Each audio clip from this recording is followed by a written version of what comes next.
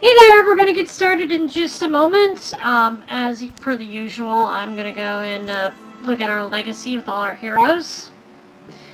I apologize for the delay, again, for being on Sunday and for being late on Sunday, because originally we were scheduled for noon, but I was having technical issues that I have since resolved. I did a pre-stream earlier just to make sure everything was looking good, and we should be good.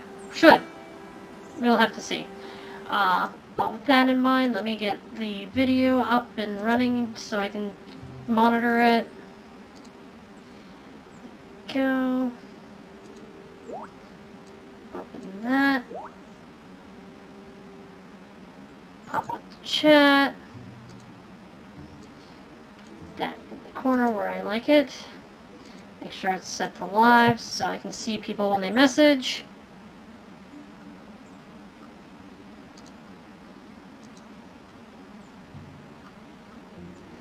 And one other thing.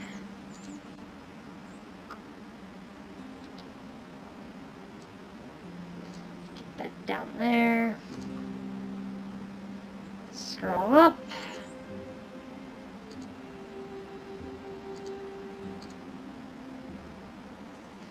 And we're good to go. Beware! It's the box ghost!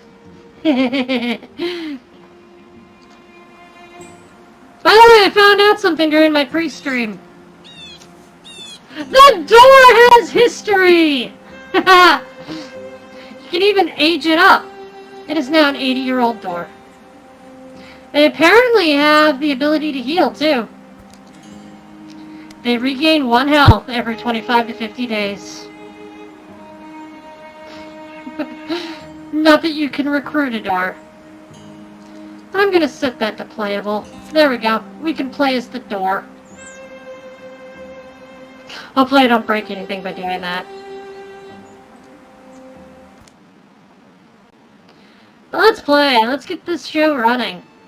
By the way, I will announce it now and at the end of the stream. I'm going to be out next week, traveling.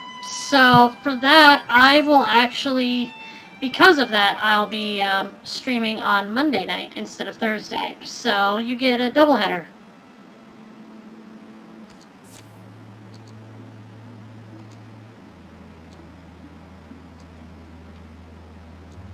There we go.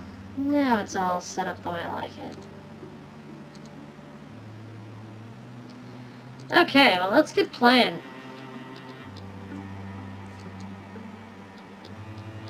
So, we've got Lilo Fenspear. She was the daughter of the Fenspears. Can we rename her? We can. Alright, Kuka Fenspear. There we go. Now she's been named after a Persona protagonist, as promised.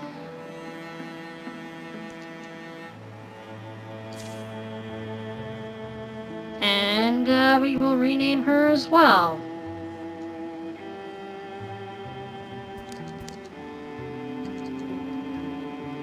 I don't think we have a Yukari yet. In keeping with our Persona naming conventions. There we go. We have 6, 7, or yeah, 6, 7 characters, so we can get 8.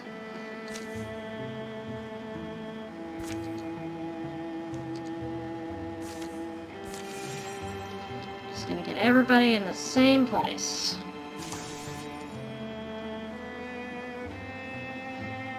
Alright.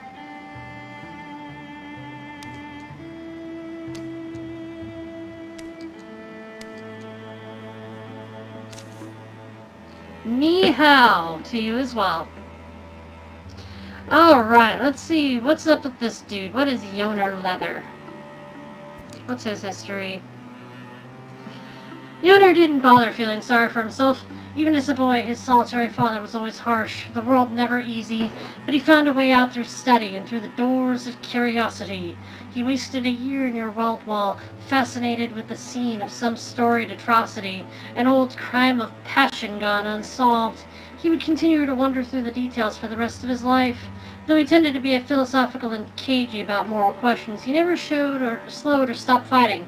Inaction, he felt, paves the road by which evil rides.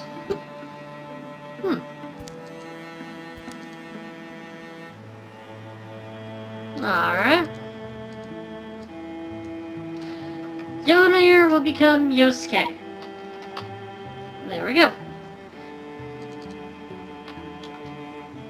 Just Yosuke.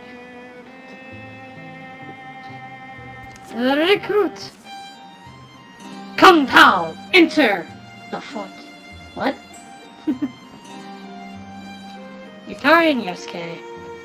If you like that one, there's a 3-part series on The Great Hunt of Spook Spring that's top-notch. Do you have the blade in the room? We do, but good luck getting a hold of it. Someone's always reading it. Someone.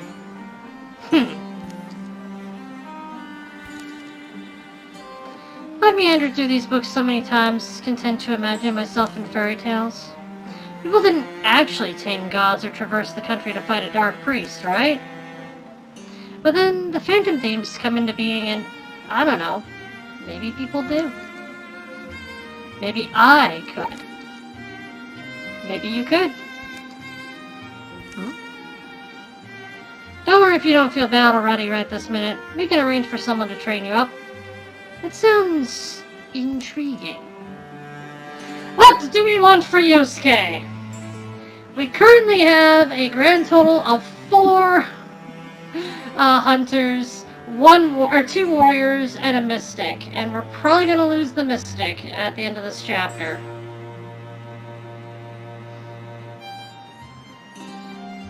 Did I really drink all this?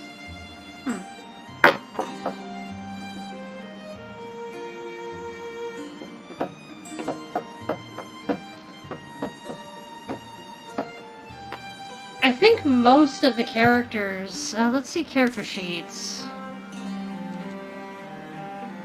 Yukari's gonna be around for a while. Fuka's gonna be around for a while. Teddy. Retiring after this chapter. May is retiring after this chapter.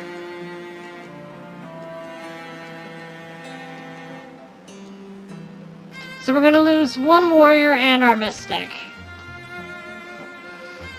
So we should either train him as one of those.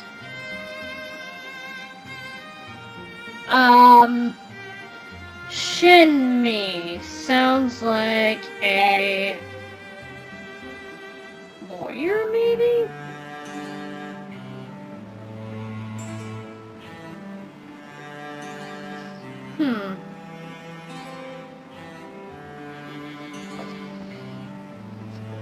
We'll still have a warrior.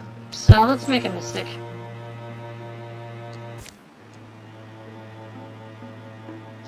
Yay, I did the thing that you were telling me to do! Yosuke is ready for adventure. What ability shall Yosuke have?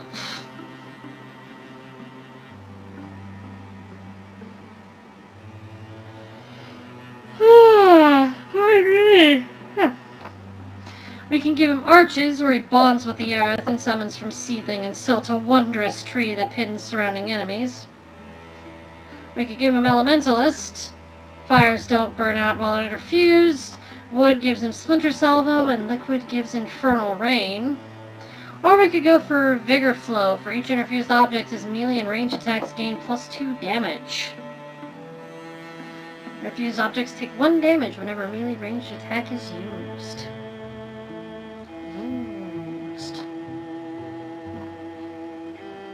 I kind of feel like it'd be interesting to make a mystic warrior. You know? So I kind of want to go vigor flow this time.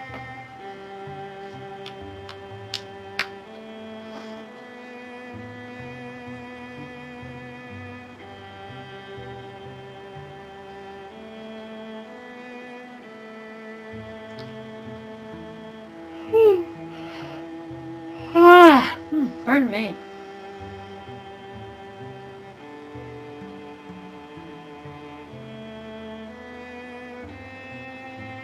I have no idea what that is, so I'm just gonna choose Vigor Flow.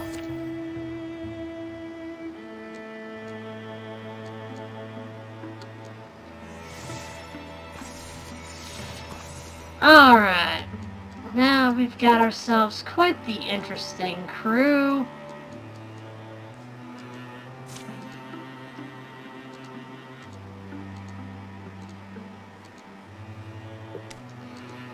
The Loden, Ryuji, Wolfbora, and Fuka, and we'll have May.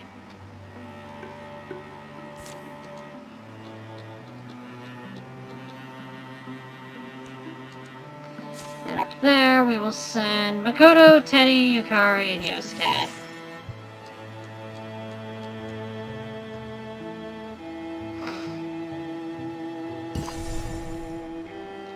Parstrom Woods has been revealed. We will assault Peloth Mine. Shy in the shadow. Ooh, hey! Someone's getting giddy. Weird day for me. You? I don't know. I could see you living here, Ryuji. Drag your wife out here, Wolfbora. Why? You don't see it? A squat, ugly place to keep visitors from wanting to go inside. Cozy and perfect, though, for you and your family, to while away the years. I can picture you knitting, and for some reason you look much happier.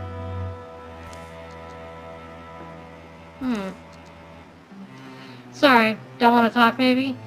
Yeah, no,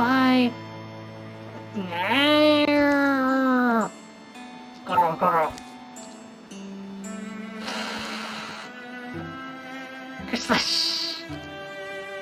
You can't seem to stay bored these days. Yeah, but you don't seem to mind too much. Girl?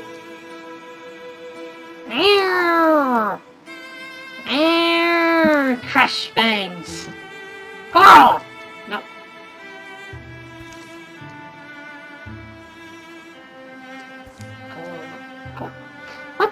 What is this? A cat and a non-cat. It's a non-cat! Here. Watch it! Scatter. Oh. Hey. Is it sad that its playmate ran away? Ah, you think that's it? Wonder what we really walked in on. Owner's not home? Actually, seems like something happened to them, and they just simply went elsewhere. Did they leave in the fall, you think? There was a bowl of shriveled blackberries by the door. I'm not imagining it. The thing's depressed. Yeah, I just feel like that's not the whole story. It doesn't seem to hate us. I'll keep my staff raised all the same. Doesn't seem to notice us, I should maybe say. Oh, hey, look, he came back. What is it exactly? Think they're drawn to each other? I don't know. There's this, though. Something interesting?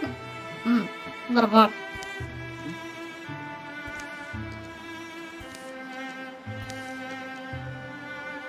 A cookbook?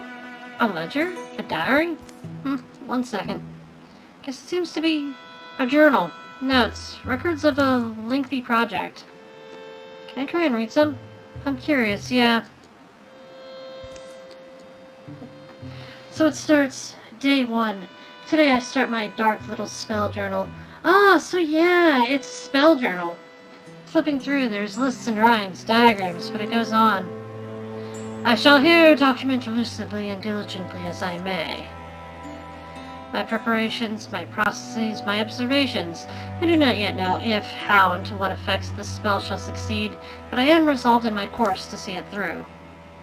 And there's an amendment, see it almost through. The final turn scares me. It's frightening magic we channel. Exclamation point. You're saying the person wrote an exit? Of course not. A cramped indoor hour passes. Day 10. The spell is cast, and yet today he languishes, same as yesterday. Sleeps and raises his eyes blearily like a cat 9 times his age. Her voice lends a listenable music to the writer's unstylish lines. Day 34. I grow sure. Small signs that seem like delusions at first. Manufactured meanings sprouted of a man's hope-wild imagination. There are letters retraced, becoming starker, clearer. Things are changing.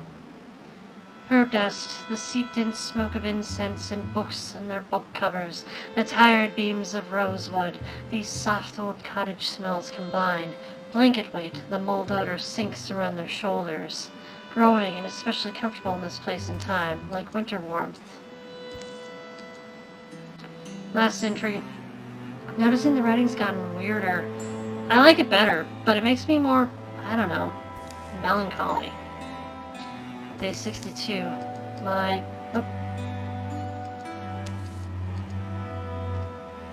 brain's becoming a fiddle string. As vibrating, focused, lonesome as that, my mind narrows, and every thought is a pressed note along that stinging single strand. A solitary stem from which not every sound or contemplation I would once have easily produced may now flower. It's a wandering set of images he uses. Perhaps old age would have always been like this, at least shy. Shy continues to mend. For the first time today, he ate with gusto. The whole herring I bought him. I've gone back in my old diaries to check. It's been just over 2 years. And as I must have noted previously, in this extended span of small changes I find most heartening. The pattern and pace speak to me of momentum, a steady motion that may carry forward far into the future, if never near forever. I find myself fearing the end, but fear too is a new darling of mine. Mortal fear, fresh and clear and bright. It confirms for me that the world keeps its bargains. He strengthens as I always down. This fate is what I wrought for myself and for him. Let's not be sad. And though it appears the tweaks I made failed, I think of that midnight orchid I so arduously hunted and harvested, so carefully separated, that those efforts have done nothing to mitigate or smooth out the transfer of my years. Let's not get down about it. Wish the story would have a happy ending. Oh. Yeah, not super pleasant, is it? But, I am quite free of any regrets. Gratitude is what I feel. If you're reading this, believe me, mostly I am grateful. Now I wish to say, if you see Shy around, chase him off. That cat will live 1,000 years. I don't know where he'll go, but don't let him waste his new life here. For here, I will soon be bound. To what extent I shall eventually diminish, it seems hard to guess. I suspect I shall be nothing but a shadow soon. Lightless, thoughtless, meaningless, and without memory. A shade. May you live long, dear reader, never needing to learn the lengths you'd go to save the ones you love. He signs his name Barossa Sedge, foolish warlock of Link Meadow. That's poetic, sort of. Then this shadow thing. It's what's left of him? Seems like.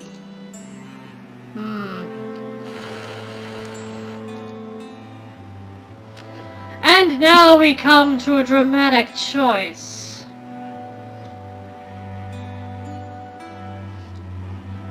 Do we, lead the cat away? Or do we, choose option 2?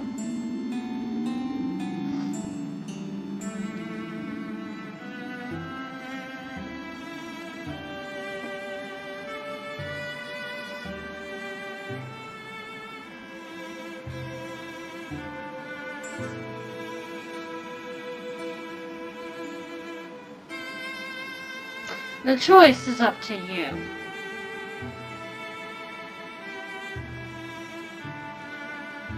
I've seen both in 2. Alright. The cat knows. Shy agrees with me.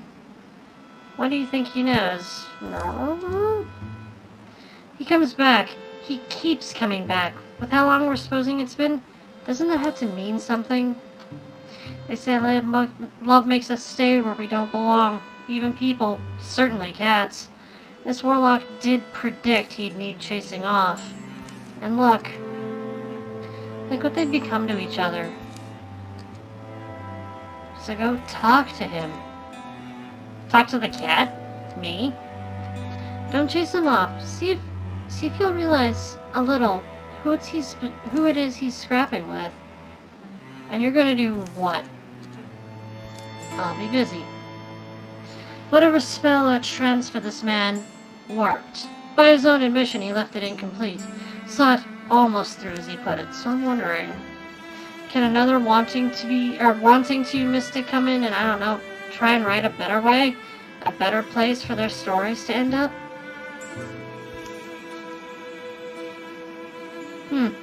Here, cat. Thirsty? Know any good tales? Because if you are, find me a bucket with a bottom, or you can dive down the well.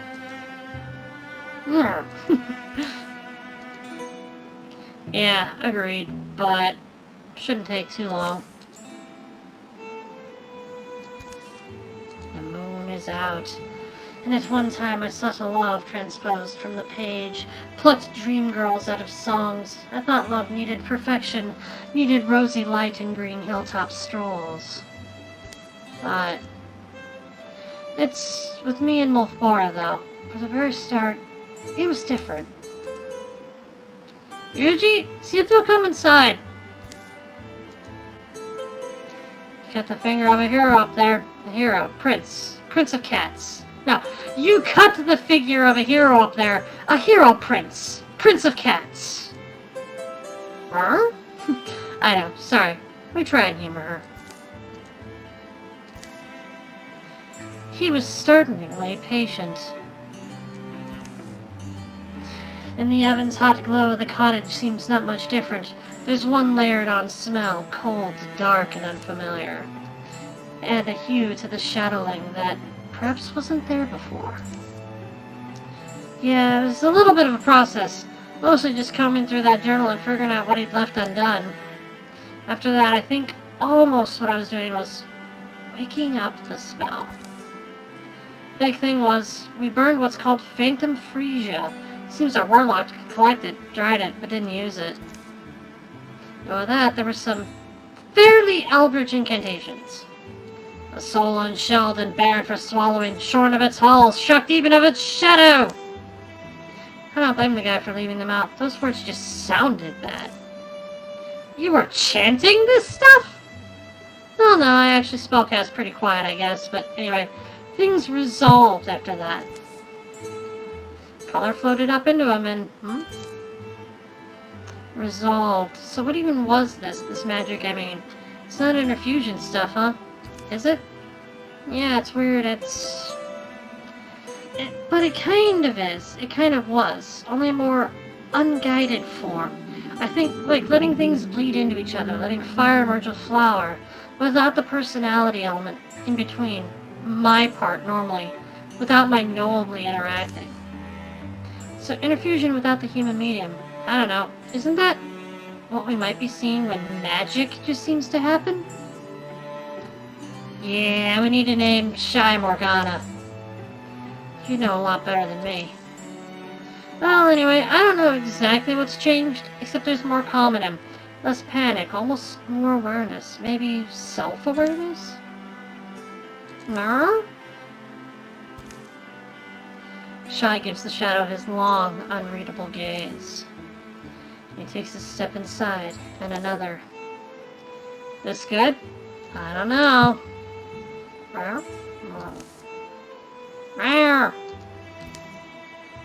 Spring. Comes a noise of light being split down its seams, and a blinding unbrightness somehow painful to see. And a moment without cognition. It seems strange claws may have snatched them from the river of time. But they're here again, whole. No. Looking for me? Where are you? I hope there's still no... I shouldn't even think about it. You there? The voice through the window breaks their stupor. Thank you for Malum Shore and my father, Ryuji Loden. Inside this glowing hut, Thrixls are trickling down this way through the woods. Please say you're in there. We're inside, yeah. It almost seems he senses them going. For the shadow-melded cat then decides. Really? That's your voice, right? That's actually a great big relief.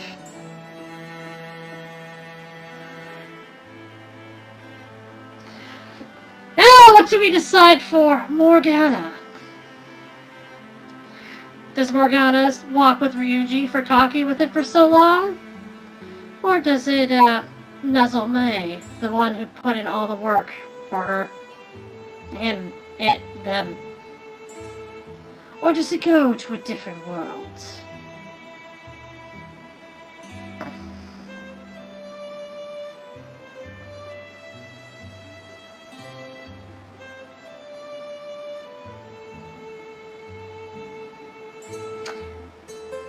Personally, I think you should go with Ryuji.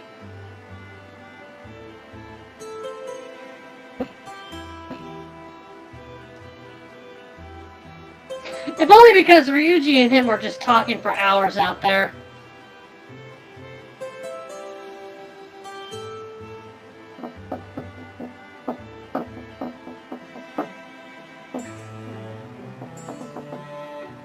Number 1 it is.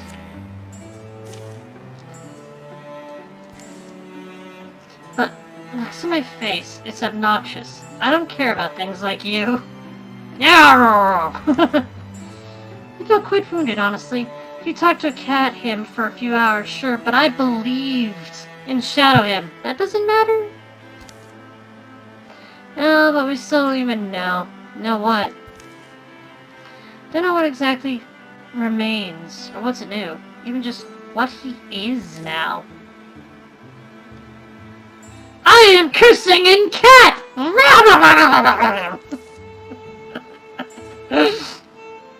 Well, if he follows, he follows. Here. Your mom is where? She's buying time now, just this way, and among the trees.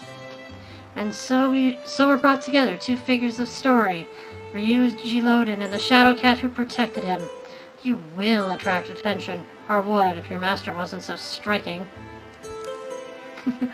Looks like you're leaving the fire roaring. We let the glow of the last spell linger. I like the way it sounds. Burn the house! And we're dealing with 5 enemies.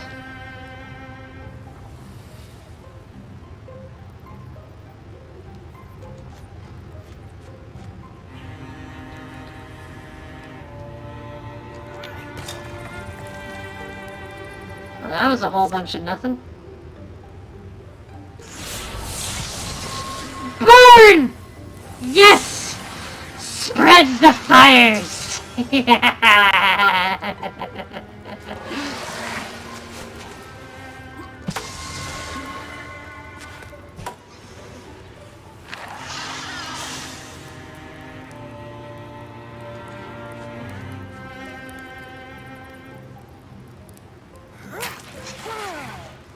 Jeez, that's a durable weaver.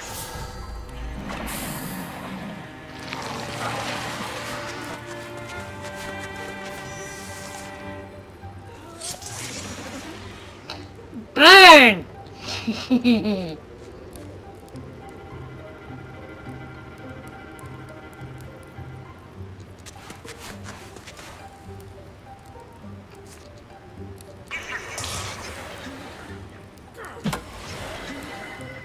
Yeah, teamwork!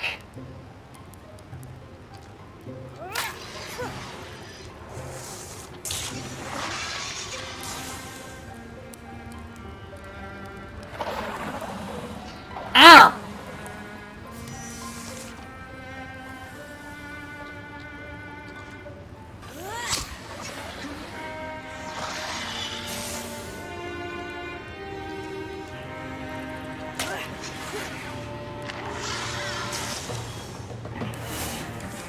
Yeah, Fuka's not...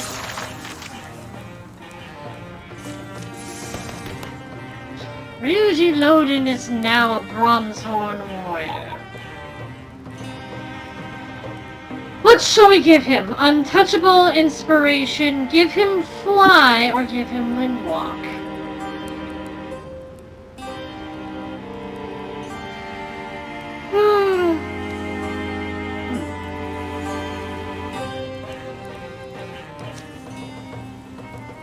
Currently, he has Guardian, Blood Rage, and Broad Swipes. He's already got Windwalk, so he doesn't need it again, but...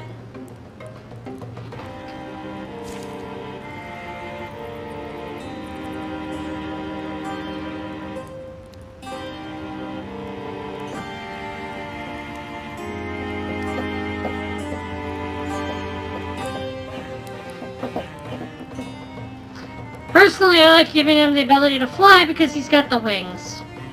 And it gives him a lot of extra dodge.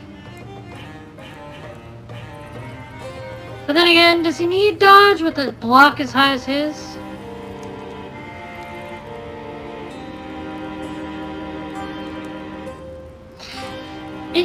Fly makes him go off of dodge, which basically gives him a slight bonus to... And either way, he's either going to dodge or he's going to block.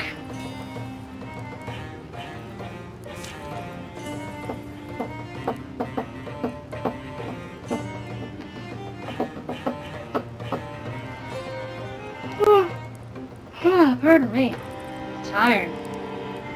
I was outside most of the day playing Pokemon Go for Community Day, and I'm getting the Suntime Sleepies. Or Sunshine Sleepies, I guess I should say. Overexposure to sunlight makes me tired. Too much vitamin D, I assume.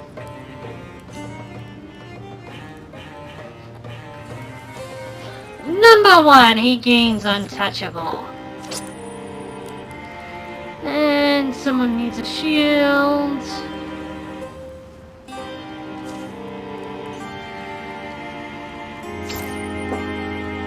And the crow feather slash. Yes, I said slash.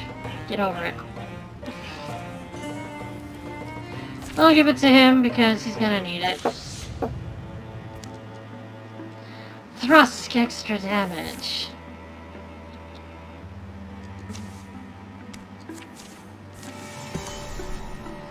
Now in the long USA Timberlands, or the Longusa, assault Nenbeth Tower.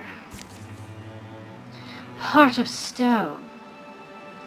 Old form caverns stretch beneath Nenbeth Tower. Yosuke, don't fall in a random crack! Oh, is he even following? Only their back barking echoes answer them. Wait, where's Yosuke? Don't tell me he's wandered off.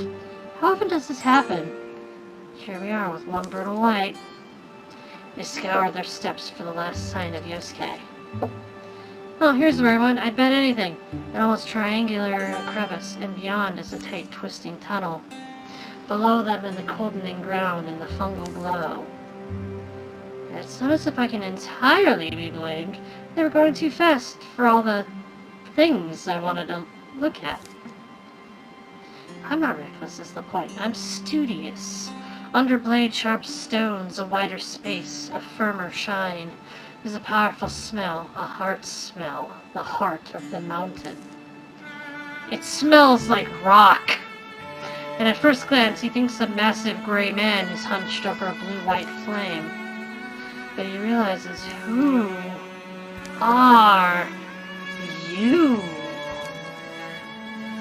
Unfamiliar languages seem to twitch and change on every surface.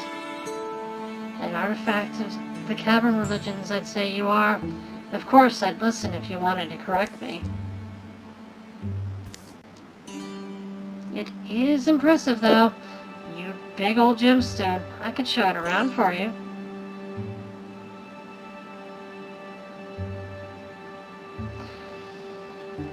So, does he blame his inquisitive mind and take the stone? And does he pay it small honor and leave? Or does he interfuse with the stone?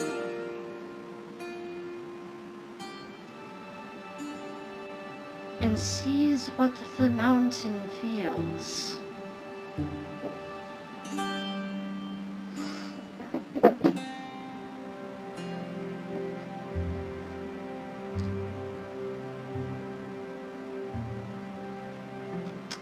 The choice is yours. Number 3 it is. You awake or dreaming, little stone? The first searching tendrils of himself Yosuke extends, and he finds surprisingly easy purchase. Are you looking me over? I hope you're not disappointed. Crackling whispers flood the mind. I wonder if there's any precedent for what I'm doing. This interfusion of God and man.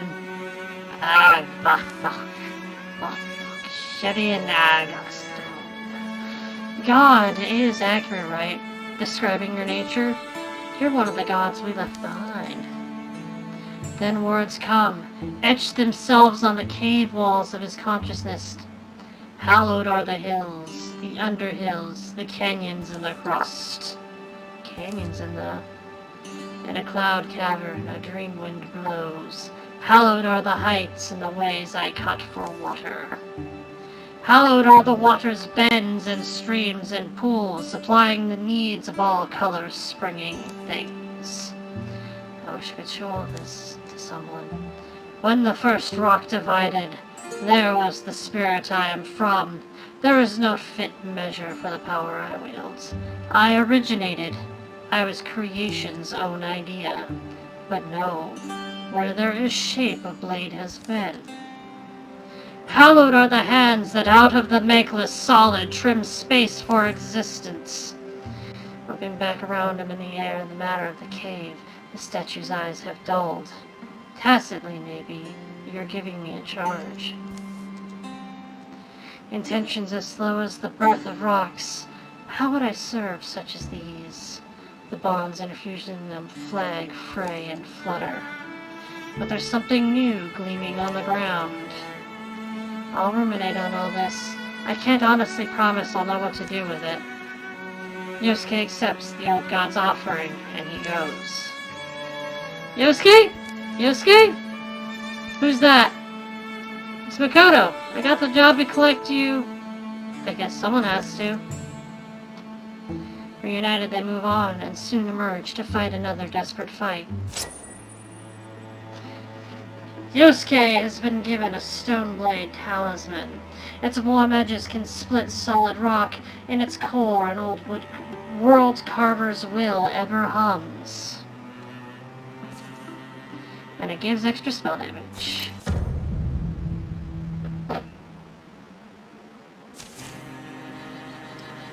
Fortitude, all heroes +2 temp HP.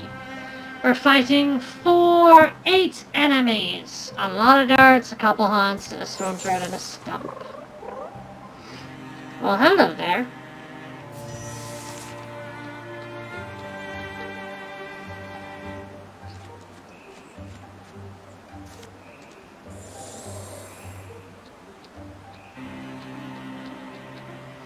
And Makoto will do something similar.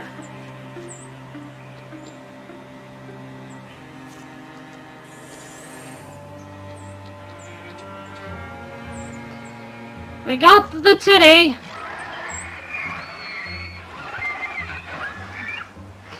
Found the bad guys! They're over there!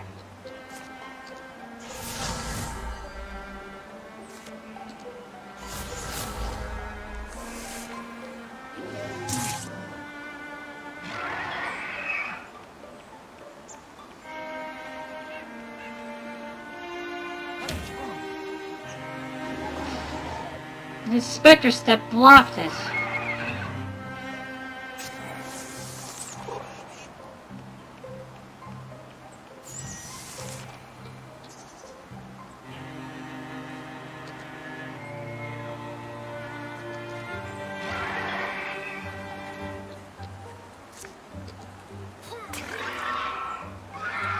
Stab!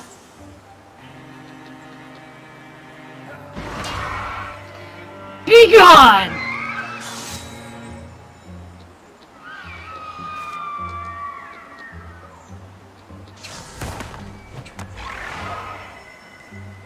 Nice, I got stunned on that. And another stunt! And another stunt goes! And another stunt goes!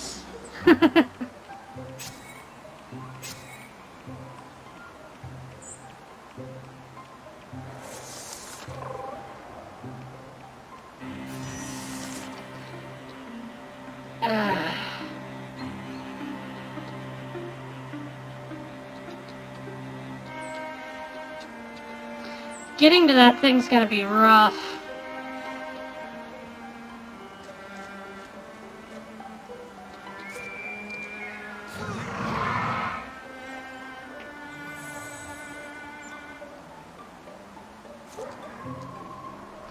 There we go. That's how I do it.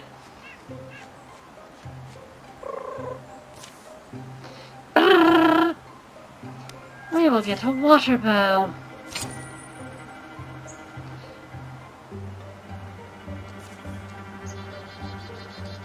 And its new name will be Caesar. Or Kaiser, however you pronounce it.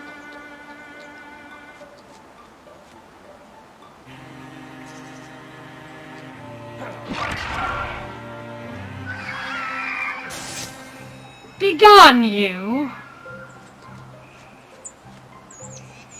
Or maybe Vrsawl. Okay, that was bad, I admit, that was a bad dad joke.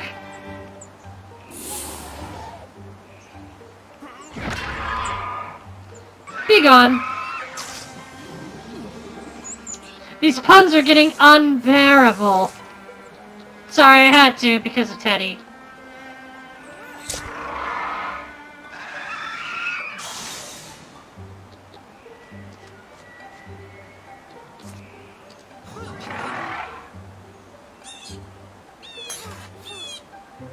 Don't you cower! Accept your death like you should.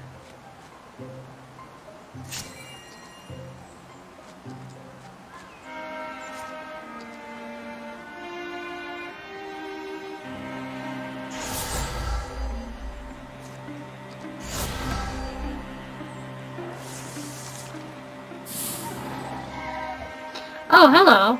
I forgot you existed.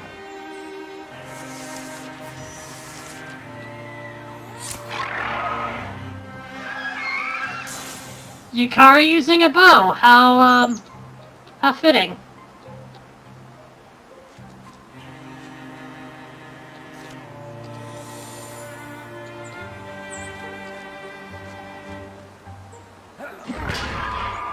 Smack!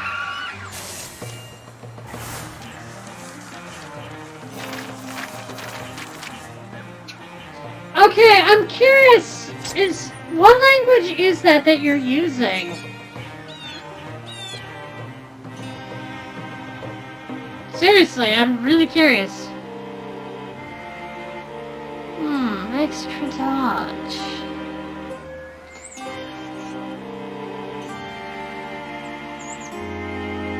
Most of these people already have pretty good dodge. I think I'm gonna give it to Fuka though.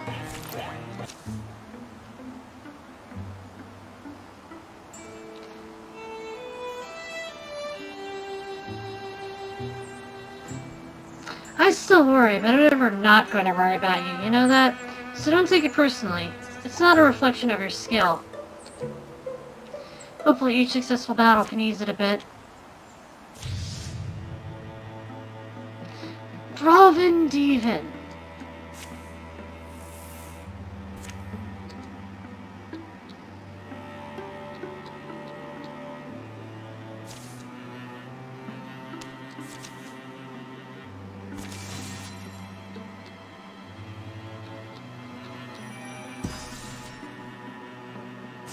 I was very curious, what were you saying? A thorough delving through the mysteries of Palath Mine has proven rewarding. My fears were well founded. At least we know we're not leaving anything to fester. Ingots too. And we found the silver axe.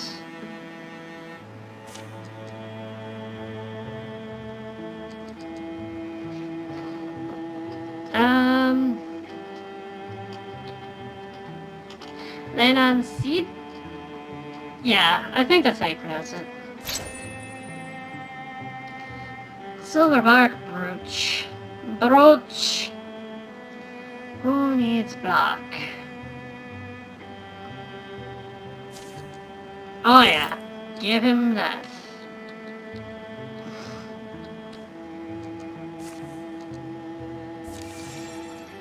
Have those 4 go there. They have secured the site. A thorough delving into the mysteries of Nendeth Tower has proven rewarding. Seeking answers, sorting through lies. How much will we ever know? Extra warning! Who needs it? Looks like it's Fuka again.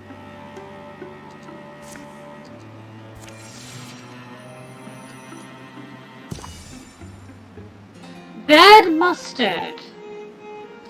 It's another nothing day. Here in Chianuja Fields, a humble but hailed tavern huddles its rare patch of woods. To these sparse, family prairie people, it's the unloneliest place there is. It's over now! It's goodbye to table splinters in our toes! Hush your gums over there! No one's booting you out, you lush! Stop drinking your fears. When you're given something bad to swallow, turn up your nose! This is the country miracle I'm supposed to fall in love with. Dranion's getting my foot in her eye. Now a newcomer's coming into the picture, his dreams full of coin clink, cider, and fame. Wound up mustarding the hog and mustarding the rolls. Mustarding the milk, practically. So much mustard did she have. Can't technically mustard all that. You actually can. I've seen it done. You can always knock it down, use the beams, get another to build, someone to build it better. A whole roast that none of us would eat? And you know my gang, we're wolves, practically. But I'm making my rule, you never eat bad mustard. Jagan's rule, we all do it, or we all do know it. Who are these fools? Hey, you rustics, what are you all looking so comfortable for? Huh? What? Nice shirt. Hey look, I bought this rest house. I own it now. Hope none of you expects they'll have any special place here. Oh no, he looks real tough. And you want us to take your word for it? Buck up, Mudsie, you stink of eggs! So what I was saying, you dragging down, they sold the... Here, help me drink this, so it'll be a secret. A haughty, hawk-tempered purchaser comes to survey his new property. Inside is a rocky-mannered man who's used to getting his way.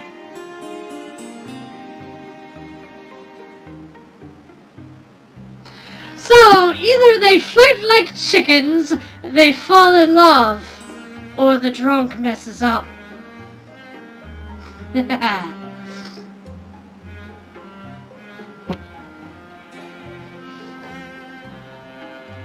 1, 2, or 3.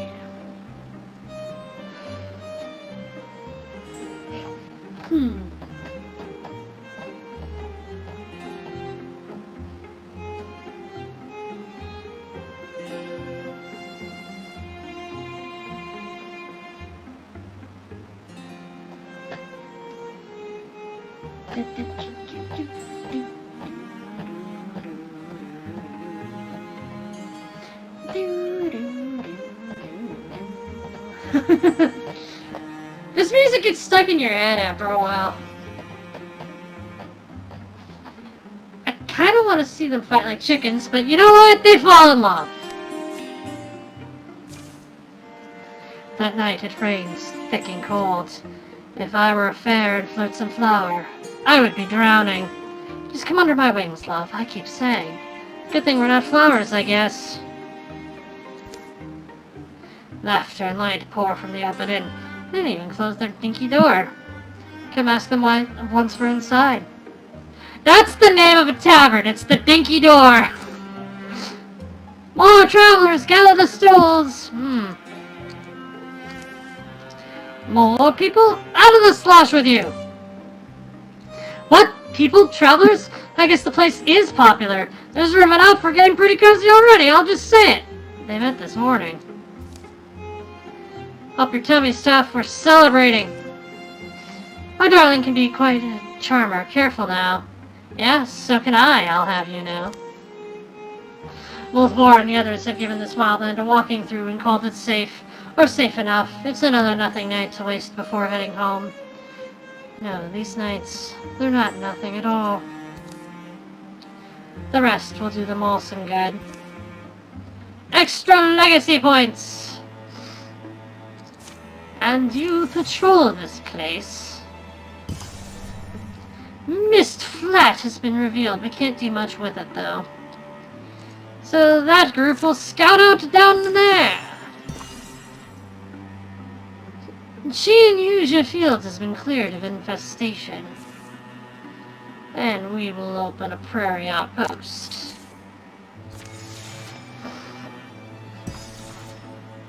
Outfitter has been established. And Shardrot Woods. Let's do it.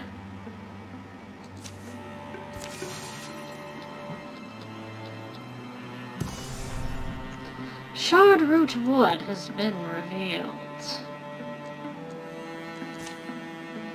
We will assault Mirrorfall Tannery. Fire, Eagles! Fire!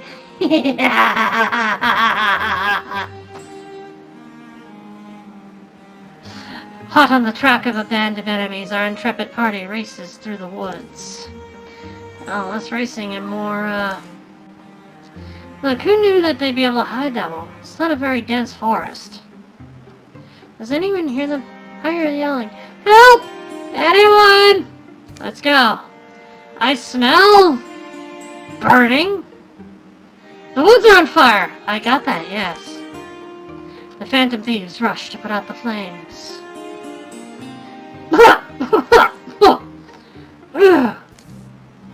Thank you. They got a little out of hand. Did the Drauven set that? What? No! It was a controlled burn. Well, emphasis more on the burn part than the controlled part. Wait, you set the woods on fire? Only some of them. Oh, thank goodness, otherwise it might be weird. Burning is very important for these woods. It keeps the fennel down. Fennel? Isn't that an herb? Well, yes, people cook with it. But it grows 6 feet tall and makes these thickets, so you have to burn it in order to save the eagles. So you burn the woods to save the eagles who live in the woods. It's complicated. I can see that. Look, my name is Crane. Crane, the Eagle Man! Sorry. Look, my name is Crane. I'm here researching fire eagles. Could you help me? Are we setting fire to the eagles? Yes! No, they're very rare. So you want us to hunt one and bring it back to you to study, right? What part of very rare was unclear?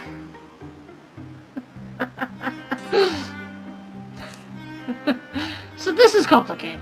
There used to be boars here, right? The boars were the only things that would eat the fennel. Then people hunted all the boars because in addition to fennel, they were eating people. That's a problem, yes. Not for the boars, presumably. So once they killed the boars off, nothing ate the fennel. And then the fennel would get really thick. And bunnies loved this because the thick fennel meant the eagles couldn't see them. So the fire eagles ultimately starved because there were no more boars. The food chain is a harsh mistress. I like bunnies. Not as much as the eagles do. I don't know why I'm finding this event so funny. Anyway, burning the fennel will keep the bunnies from being able to hide so the eagles won't starve. But that's just the beginning! Now we've got poachers coming in to steal eagle chicks and sell them on the black market. And we're gonna go with May. Thank you so much, it's a big help. Seems like it's the same bunch we were tracking earlier. There's a fire eagle nest about half a mile that way. Taking all the monsters around it. We're dealing with Drauven poachers. Honestly, I imagine the Drauven aren't taking the fire eagles to sell them. They just like birds.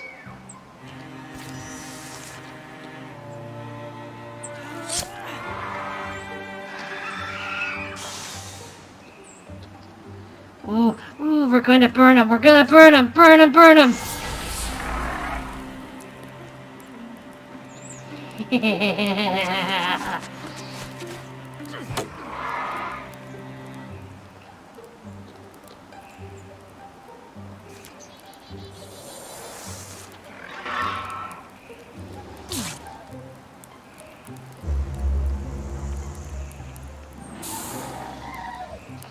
Dodge!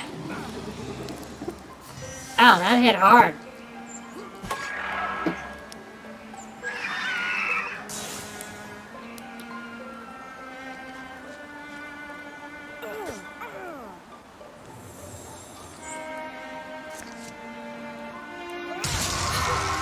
Ooh, good stunts. Good hits, good hits.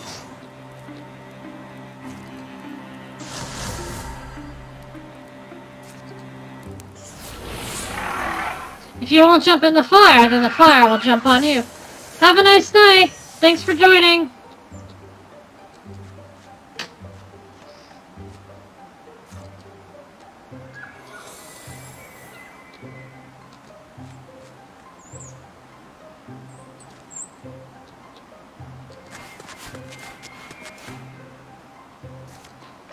Open door.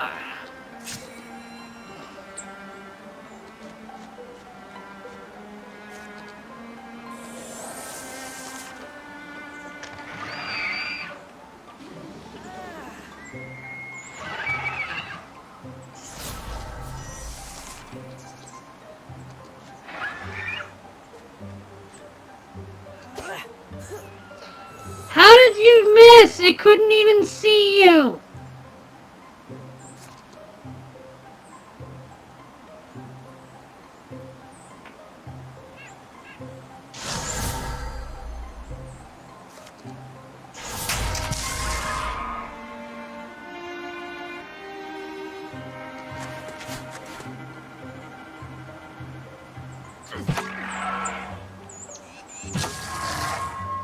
Yeah!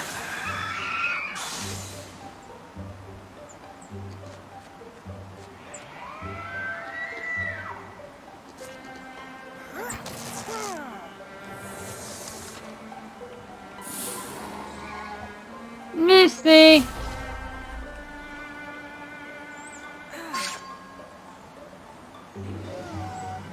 Ow! Fuka's hurt! Fuka got hit! Fuka got hit hard.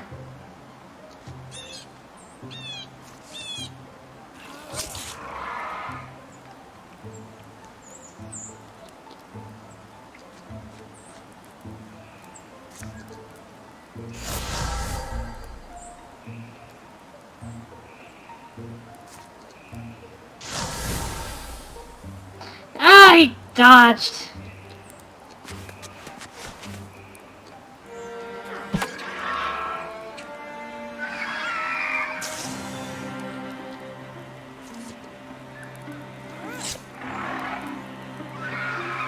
She got him back though.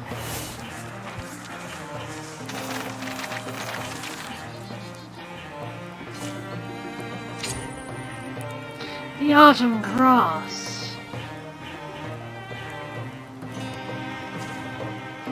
I'll give it to Yosuke, just in case. Afterward. Oh no! What is that thing? Bark? Is that one of the eagle chicks? Are we too late? Bark? Bark, bark. Bark? Oh. Oh no. I think it likes you, Molflora. Let's see what Crane has to say. So we cleared out your poachers, but I think they've already gotten a check. Is it too late? Have we handled it and now it smells wrong and the mother won't take it back? Don't be ridiculous. Fire eagles have no sense of smell. So then we can put it back? And it will stop hugging my leg and setting my socks on fire? No. What? What? That's not a fire eagle, it's a fire chicken! The poachers probably brought it along as bait. So what do I do with it? I mean, they're pretty good in mushroom sauce with some leeks. Anyway, thank you for helping with the poachers. So what are you gonna do, Volpora?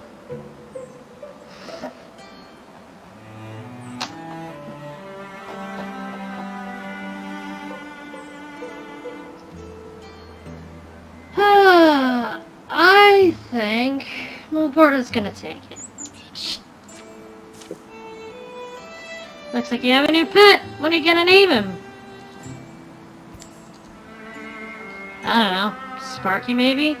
He looks like a Sparky.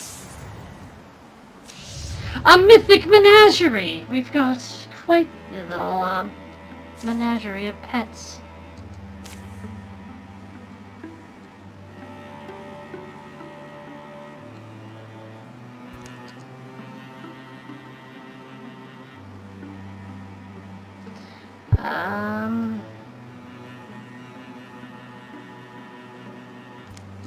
Get 5 different pets across all campaigns, and we're at 4 of 5. And the honoring lands, mountains, and trees usually stay where you left them, but not always.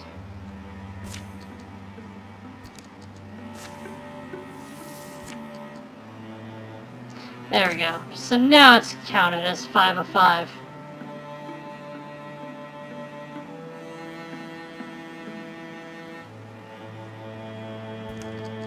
Or not.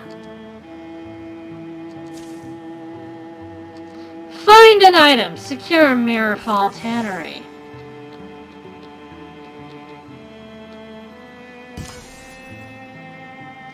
Secure site completed. My Vrsawl found it. At least we know we're not leaving anything to fester. And we get extra potency, which we could use on somebody. On 426, let's put it on Makoto.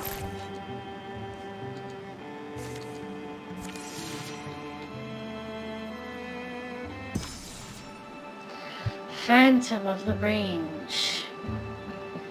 Nighttime in the coldest season. Dad? Fugo, why are you whispering, Vrsawl? I can probably make an omelet, though it's late to ask. Or what? Remember something embarrassing?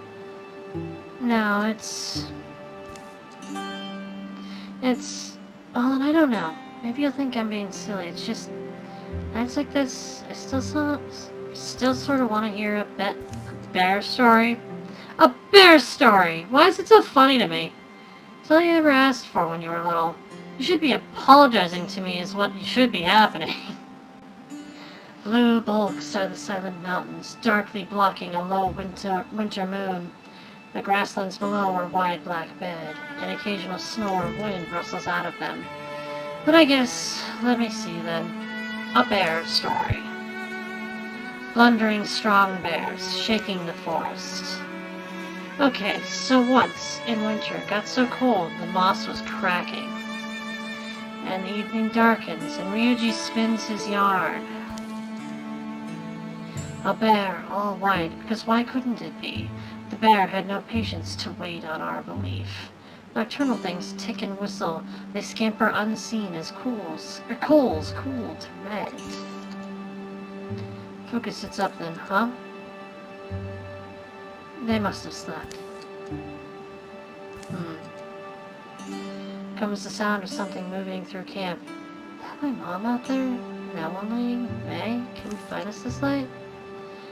Peering from her head, she sees it. A shaggy blue shape. Huge, long of snout, with frying pan paws. Into a piney cleft it ambles. Her dad snores or anything but brittle. Crickets twinkle. The wet grass gleams.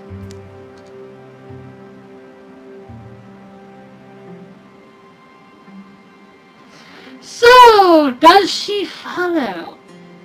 I want her to follow. We should make her follow. I've never actually seen this event.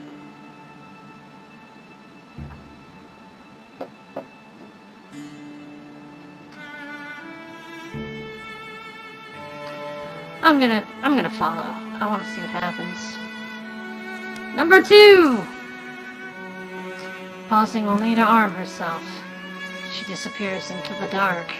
The black vegetation seethes, seeming to grow with each step, and the night becomes deeper and more hollow, a dome being carved out from below. Don't be frightened, Dad. I'm just... yeah. And let's not stray too far either, Fuka.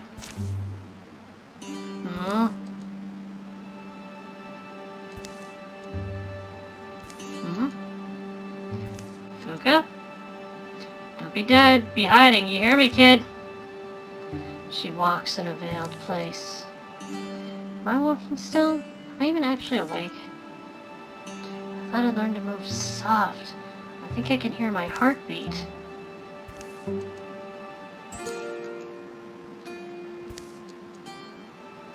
These are real books with real words?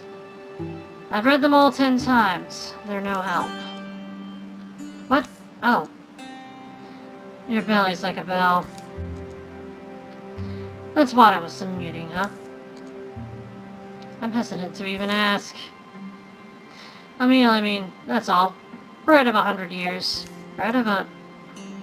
Yes, and so tell me, scamperous woman of the wasting world, you followed here a great pitiful ghost. I did? I guess I did. The bear. Yeah. Why'd you do that? Well, it's alright not to know. Don't worry about this, by the way. There's vents up in the rock above us. Which is evidently my handiwork.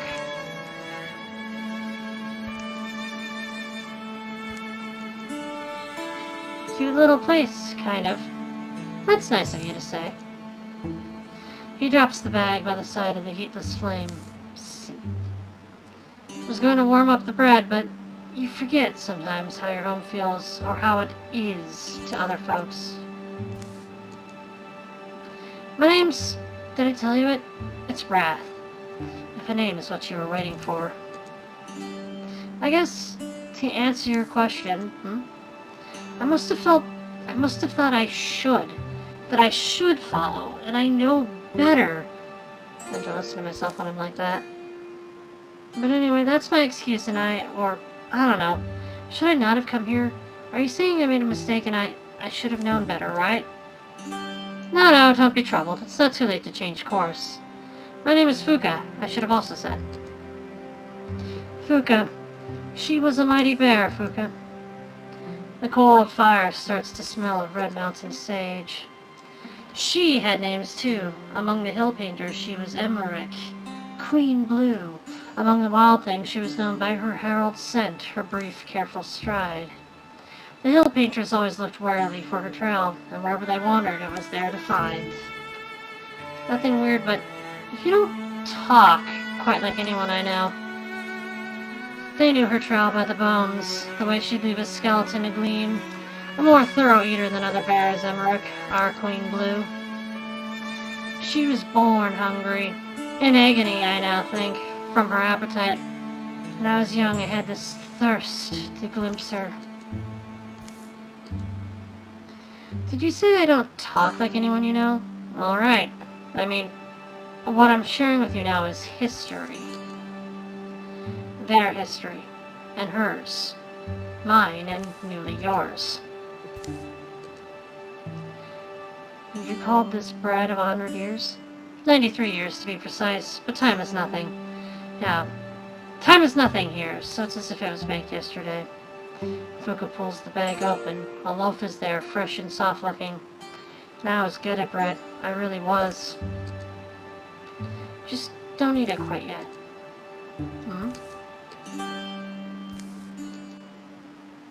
She lived in agony, Emmerich.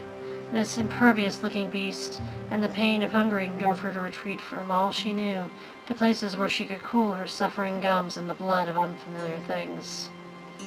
The bear had this consideration? Bears have a great many considerations.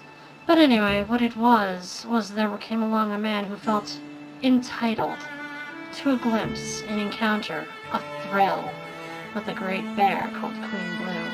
And again, this was you. So just wait till you get into town. Shh! You smell that? Girl, settle up now. As long as there's three of us together, I doubt she'll... Both of you up the tree, hurry! That's not gonna save you from a bear. Never climb a tree to escape a bear.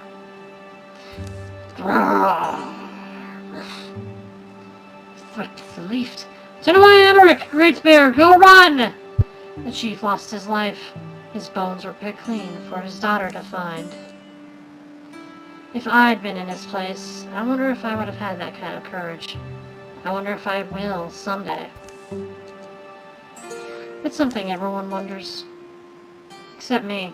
I'm dead. I called it! It's fine. I lived 9 years longer. I baked bread in a small house in Barren Hills when my father was sick, and I saw him waste and die. I tried to forget what had happened. But one day she found my door. The chief's daughter. She'd honed her art. Killed old Emmerich, a mighty deed. Spent a while with me, then remembering. And next, she killed me, that girl. She died bitter and old, uselessly regretting all she'd done. Have I really... So is this where you go? This is where people go? Is a place like this? Wouldn't that be frustrating? No, don't worry. Fuka climbs after the man on quiet rocks, up towards a breathless sky, past trunks that never bend, leaves never dampened with dew. That's only us, most of the years. Emmerich roves restlessly, this place where she was once queen. I, also. I overlook an ocean, I sometimes feel. I was submerged in it, dark, calm, roaring dark, before I became awake to the great bear's pain. And I swam up from death, never certainly deciding to. I made myself the keeper of this coast, where oblivion washes up on a shore blued in life's shadows. My little cave down there, think of it as a lighthouse. I'm here to send you back when Emmerich calls you here, because in her fathomless hunger and disappointment, that is what she does. To this borderland she calls night-curious women, and I send them home. I always have. But not always well? Seems to me I'm being asked something. It's beautiful here. We go on here patiently. One day, I do believe someone will come. Someone will walk here who will know what it is she stays for. Emmerich can go meet her and send her on. But it doesn't have to be you. I should say, don't let it be you. If you know no way to love a hopeless tyrant, lonely, hungry, hateful, if you think you cannot understand her, go back. It's more than okay. For though she is a ghost, she's led you to this place of betweens. She can kill you here, I think, and happily will.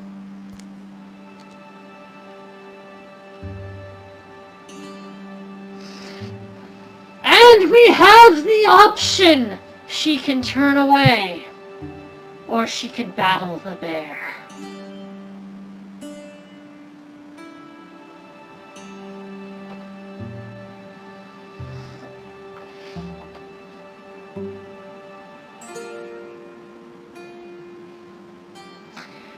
I want to battle the bear.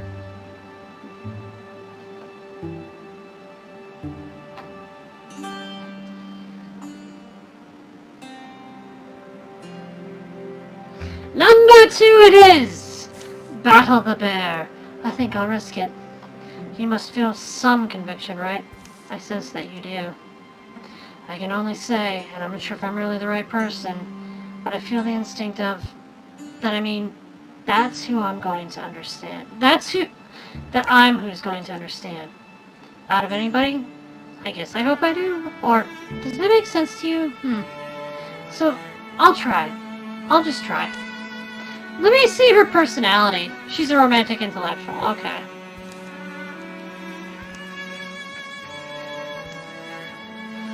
Following the curving land.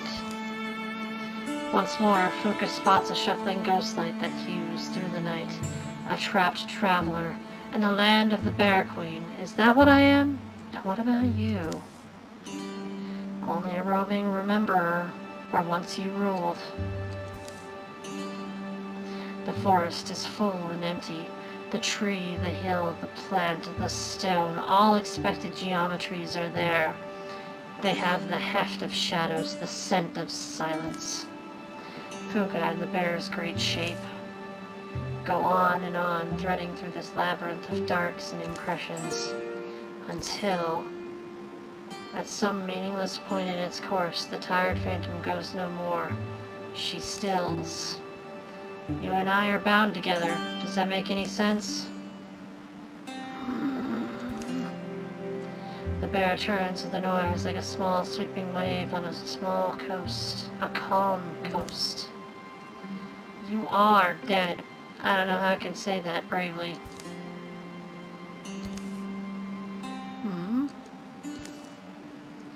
We'll leave. Both of us. We'll live here. We'll leave, both of us. We'll leave here. Home to the good green world. Leave your long hunger in the dark here. It'll seep into absence. Why she makes this calm, Fuka's not even sure. But she recognizes the truth as it leaves her mouth. And the phantom stares. That felt natural to say. Just stares. I just look like prey to you, right? But I mean, really. I'll do that for you. You'll know breeze and the sighing trees and the heat of sun rays. The taste of fish. Stare. I'll only insist we use my body, of which I'll be the master, Stares as if weighing her, as if irresolute. But then, speeding, solidifying, swelling, Emmerich, the mightiest bear ever to walk this range, heaves up on her hind paws. I guess you want me to prove these little bones fit. And I guess I'll have to.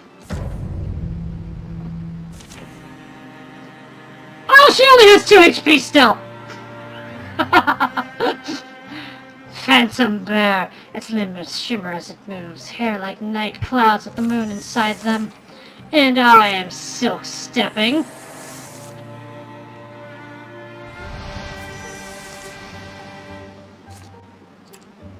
Alright.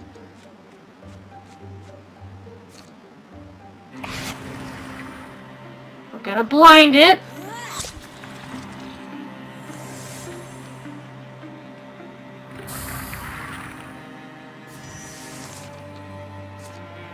Silk step!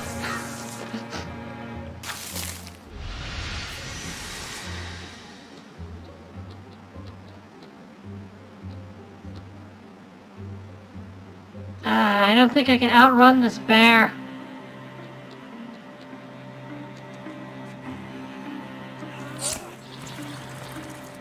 Armor ignored! Please give me cover! No! The first flash gun she ever made. Kept it around for some reason. Didn't want to use it, but now... It falls from her hand as her last breath leaves her.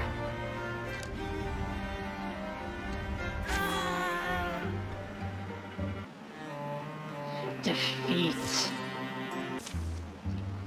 Phantom of the range, the way she falls is sudden. Time and sound, sense and sorrow are all devoured. And then for a long time, Fuka knows nothing more.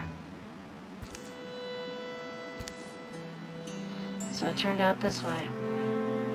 The day is strange. I'm sorry, Ryuji.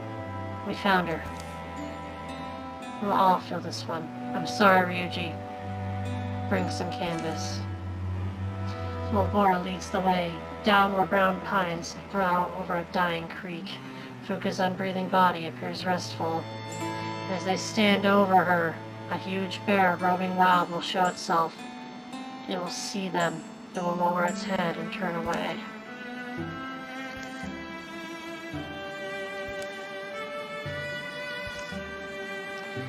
I am sorry.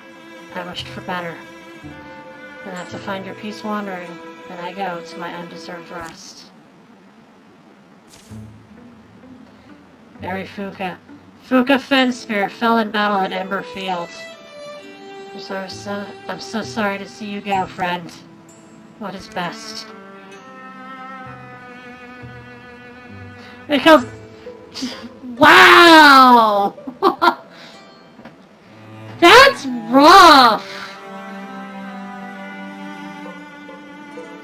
We shall construct a tomb to commemorate her story. Fuka deserves to be remembered.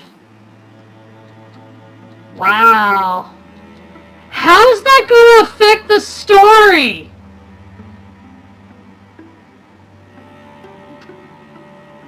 There's not going to be a Fenspear! I'm intrigued. Now let's have the parents' barrier.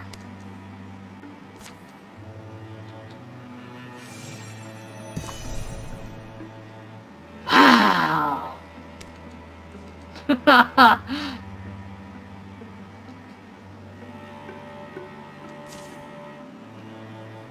Hello.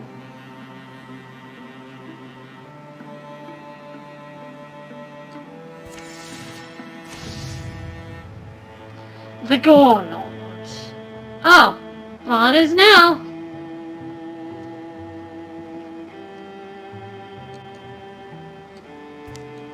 I'm reading you loud and clear, so it seems to be working now.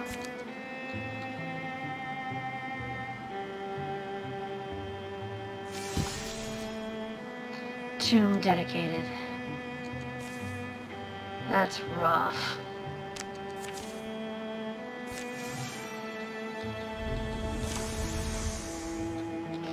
Flowers for no one. Alright, have a nice night. Thanks for joining. Rumors of deepists have led the Phantom Thieves over rippling prairies to the site of long-forgotten ruins. Wind-worn rock and decayed edifices are all that remain of this ancient city.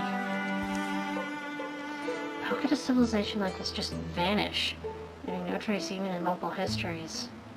Could have been a war that wiped them out, or a plague, with no one behind to tell their story. Dragging footprints, probably our deepists. I wonder, have the deepists come here before to travel all this way? They must have some plan, some motive. Oh, there's plenty of stonework still intact. They could put it to use, maybe. Turn this place into something defensible. One civilization falls, another's built on the bones of their dead. The dead. Sometimes we think of them as distant, mysterious figures worthy of reverence, but most of them probably were just ordinary folks trying to live their lives.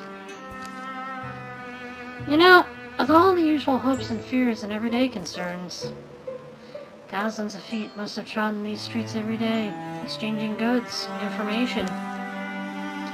In one of those houses, a weathered elder would delight the youngsters with fantastical tales huddled around a hearth. Guess they formed friendships, same as us, helped each other through the hard times. Sounds like our deepest. In the open pit of an old amphitheater, deepists think and mutter, plying at loose stone. Thoughts? Do we just charge in? A bunch of them standing under that pillar? How about we bring it down?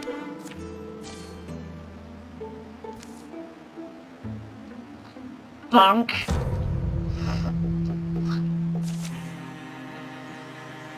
All foes suffer 2 damage at the start of the mission. 2, 4, 6, 8. And no bears. Oh man, May's in bad shape too.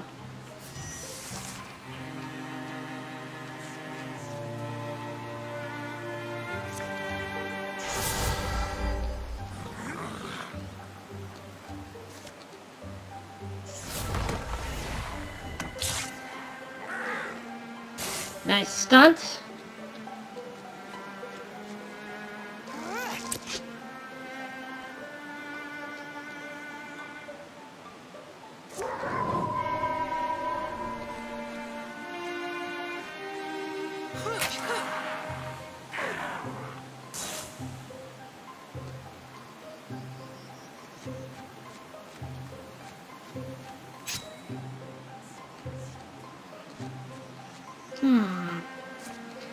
Interfuse with the ruined wall. Send a discus into the one, the chosen one.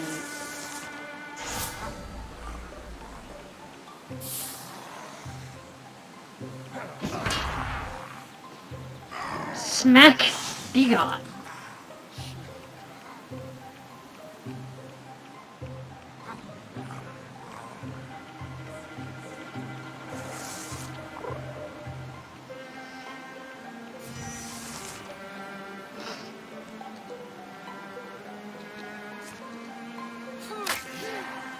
The chosen one!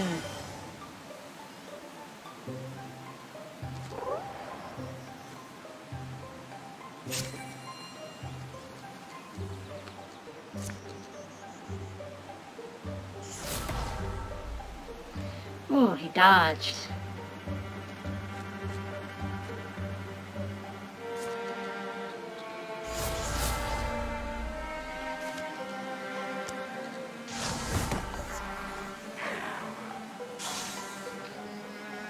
I smacked him.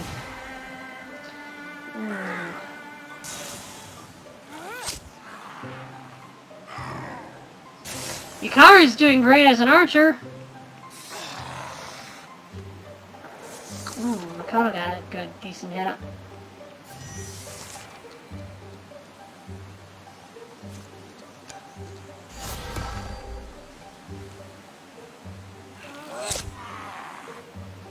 MVP of this round.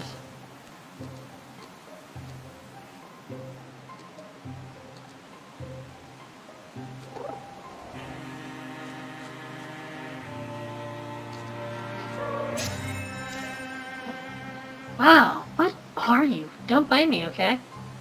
We can change the hammer.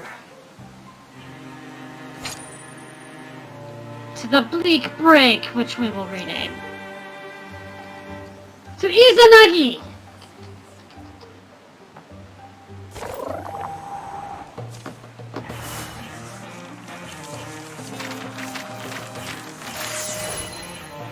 And May leveled up finally.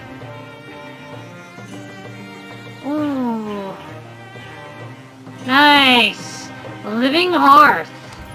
I've never had that ability before. Let's give it to her. Extra dodge. Yosuke needs it. As they're breathing still as they hear the chittering of birds, the buzz of bees, overgrown grasses rustle in the breeze. Gone quiet. Think that's all of them? No to have a look around. Just like this could have a few secrets. Not far from where they fought, a section of flagstone appears to be coming up.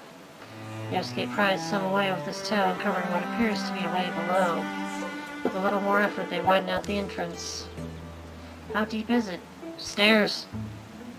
Gotta check it out, right? Any good reason not to go? Down they climb into the ancient city's underbelly. Slimy things skitter away at their approach. A rancid odor hangs in the air. Torch over here, let me just... In a splash of light, their surroundings take color and shape. The passage opens into a small enclosure, an oval room. Bits of rotted wood and matted straw form the pale suggestion of a bed at one end. Smells, doesn't it? Not a dungeon or a tomb. It has all the trappings of a living place. Wonder why here, beneath the city. Scattered around the room are what remain of life's possessions. Most are decayed or mothing beyond recognition. Clay fragments, pottery pieces. Could have been a hat, maybe. As the deepest found this place, I'm guessing they didn't see anything worth taking. There's one item that catches Yosuke's eye. A small bone flute set atop a stone pedestal. Alone, it seems to have survived the passage of years unmarred. Moon-colored, its surface is smooth, polished by the press of ancient fingertips. It begs to be held again. Oh, you got that look in your eyes, Yosuke. There was a bard, West Windy, who used to sing of a people cursed by a mossy mud spirit. Their tongues were garbled so that no one could understand the words of another, but a melody they found, hadn't lost its meaning. I wonder what songs these ancient people used to play, whether they would mean something to us if we heard them. The way it's placed, think it was treasured by the hands that held it, well looked after. Take the fruit.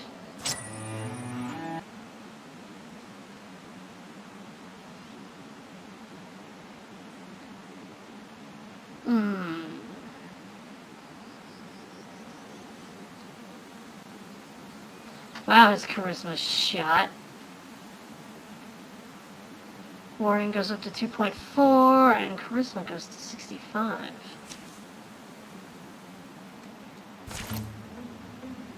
Yosuke moves forward and carefully plucks the flute from its stand. It was crafted for a purpose, not to lie in silence and obscurity, but to be played, heard, even though we've forgotten their names, their words. It's a small way we can honor them. Taking it, yeah, makes me think the things we leave behind. Maybe that's the nearest we ever get to immortality. They put out the torch, make their way back to the surface, and seal the passage behind them. Song would be nice for the road back, one that'll lift the spirits. And the deepest now have mush rocks. Secure the location. Outfitter has been established.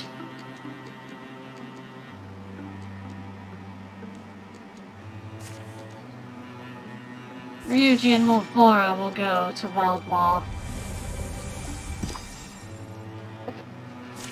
Meanwhile, perhaps one day they'll tell our story in this very spot.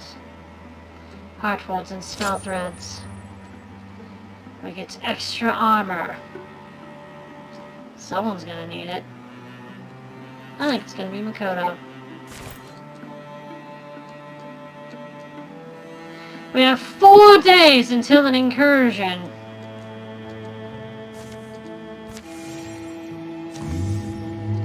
Incursion. Drauven in great numbers move to attack your lands, driving peaceful folks before them, leveling homes and hallowed places. Your enemies will travel from tile to tile, attacking and destroying sites until they are defeated by heroes in combat, or repelled by the fences you built. The numbers will wear down. Once incursion size reaches 0, the enemy will dissipate and the incursion will be over. We will gather everyone together.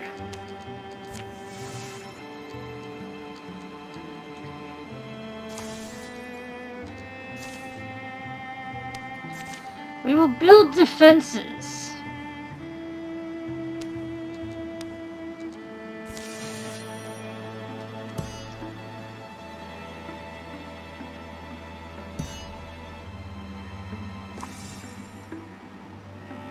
Pillaging Drauven have arrived. Now we can defend. With everybody. Incursion! The Drauven have come. Painted standards splotch the horizon. A war call resounds across the land. How should the defenders respond? Heroes rise when the day is darkest. We will choose to take the fight to them. Actually, we will harry their approach. The enemy ranks absorb uncountered fire from the cover of familiar willows and staunch old oaks. It's an audacious day.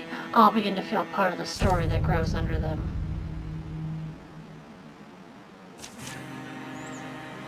Intimidation, all foes suffer 2 damage to start the mission.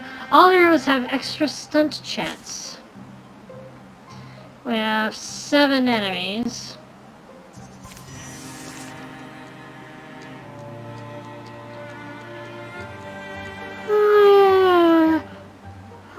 Pardon me.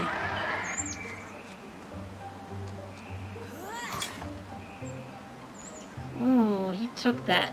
He took that real good. Fire at will!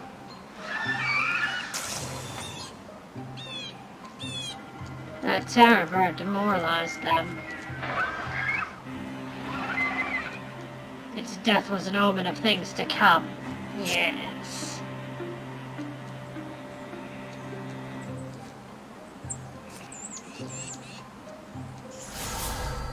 Interfuse at the barricade. Keep an eye out for enemies.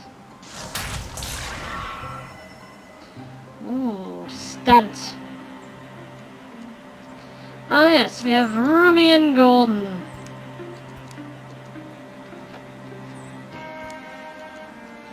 The crazed exile scrawled 3 times on the sides of rocks, Rumian, Rumian, Rumian! 2 weeks later, a child was born with its runic name a birthmark on her shoulder. She claimed to have found warmth in the arms of a lostling one winter when she fell and was buried in snow.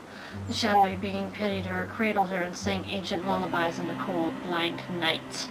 Destiny, definitely to be trusted with promises. She totally would vow to protect all beautiful men from harm.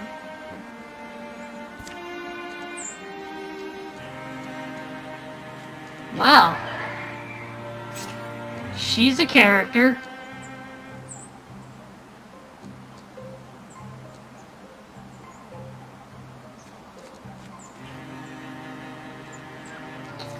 Yuji will wind walk over here.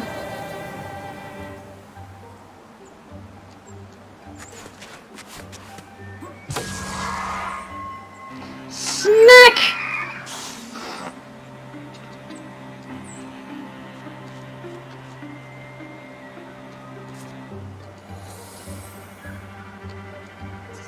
And we have Sorlo Wild.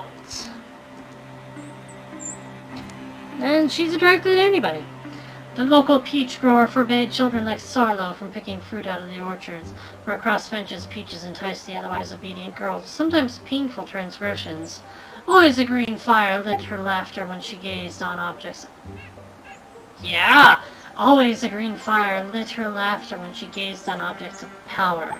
Other folks tended to flee when the world got too dangerous. Sorlo, however, saw danger as an opportunity for wealth and glory.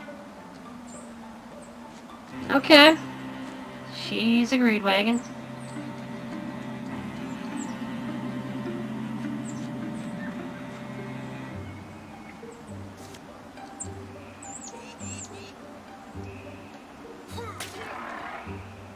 Jeez, the range on that!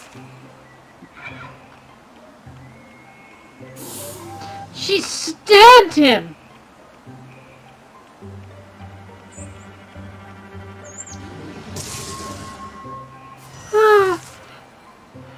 Pardon me.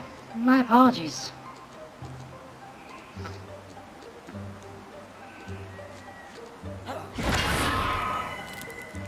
Burn! Flaming Maul of Death!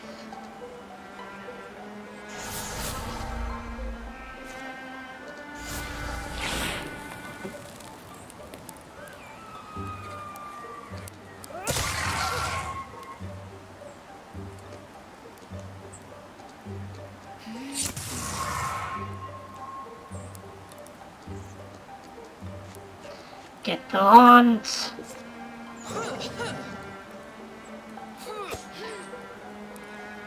Jeez!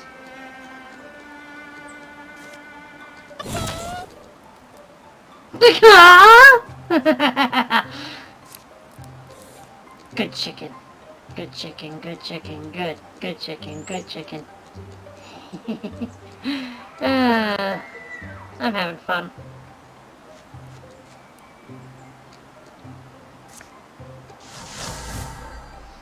Oh, you're gonna take cover by that tree? Oh, the tree doesn't appreciate that. The tree is the danger.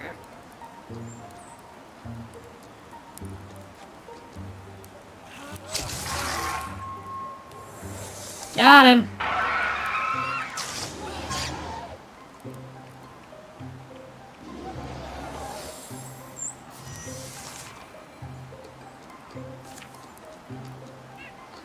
More enemies are coming.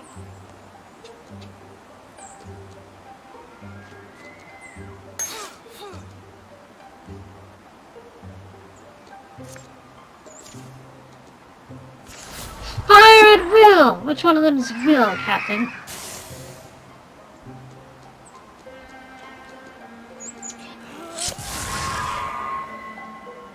Got him.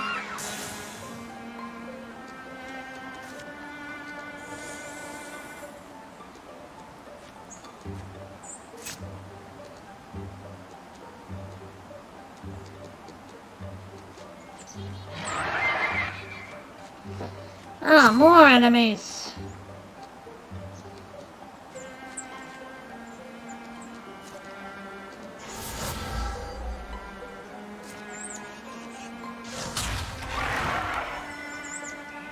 There we go.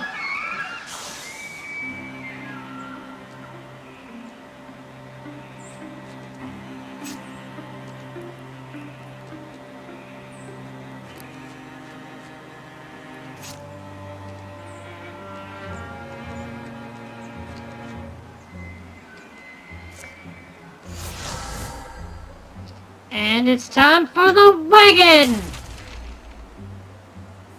It blocked. How dare it?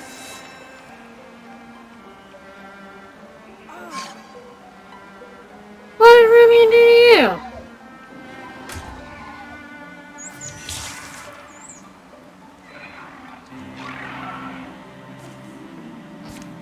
We have a terror bird! Ooh, Rumian did not like that at all.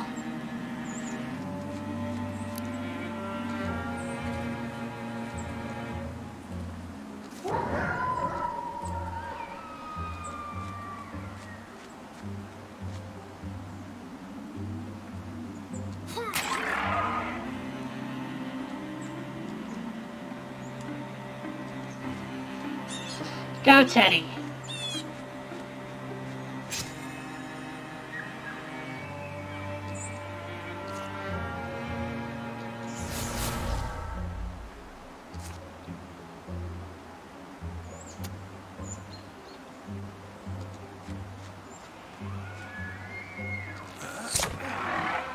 Aha! Vigor Flow!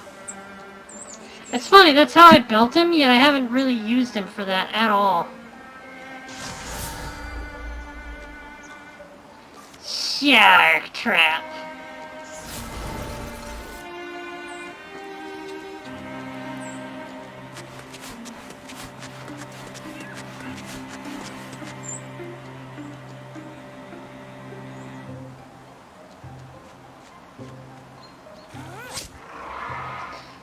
Destroyed the terror bird.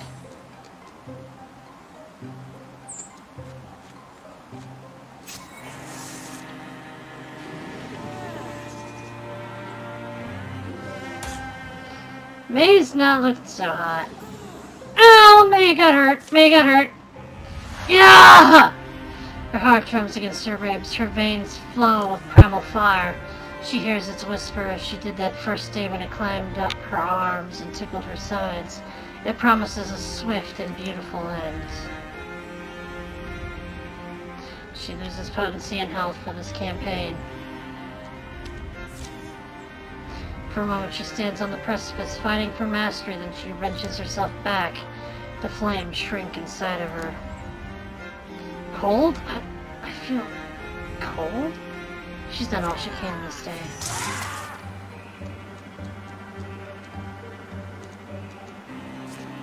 You're gonna pay for that. He blocked again?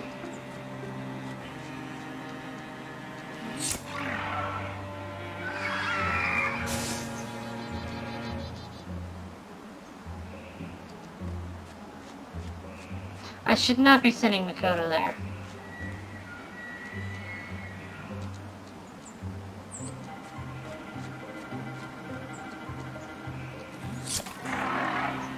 Got him! Yay, Teddy leveled!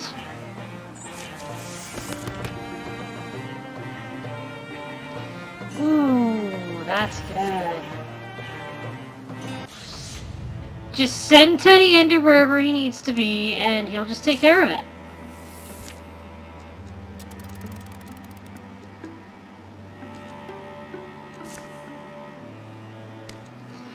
We will send these ones.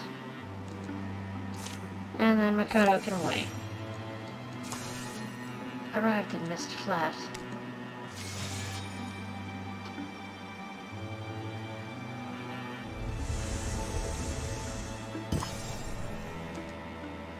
Vrsawl has been revealed.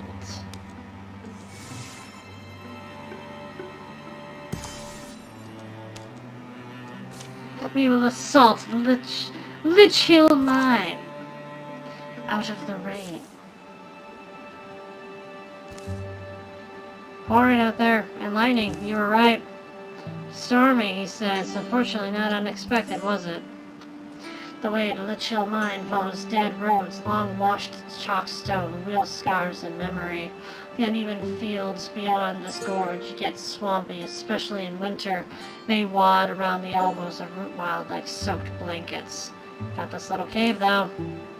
There's probably not a crystal monster down there. Yeah, probably not. A quick look should be safe enough. On a forceful gust, the rain comes chasing them, the roots slick and fragrant and dark. Perfect timing, right? Almost fateful timing. It's only a little... Oh wait, how far back does it go? What about we'll find? Probably rocks. As they stoop out of the rain. Crack! Crackle, rumble, thump, streak. The world gives a tectonic shudder, and from the outside, obliterating the rain noise, comes the clatter smash of dropping rocks.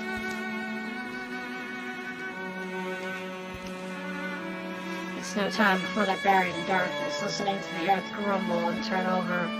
As things calm, gritty dust stings the eyes, stuffs the nose, smelling of fresh split stone. I'm nervous to ask, is everyone okay? Yep, still alive. Heart's beating, so yeah. Certainly a volatile environment. Untouched, actually. Luckily, Mulbora's fiery friend leans a beak. We're taking a longer look, I guess.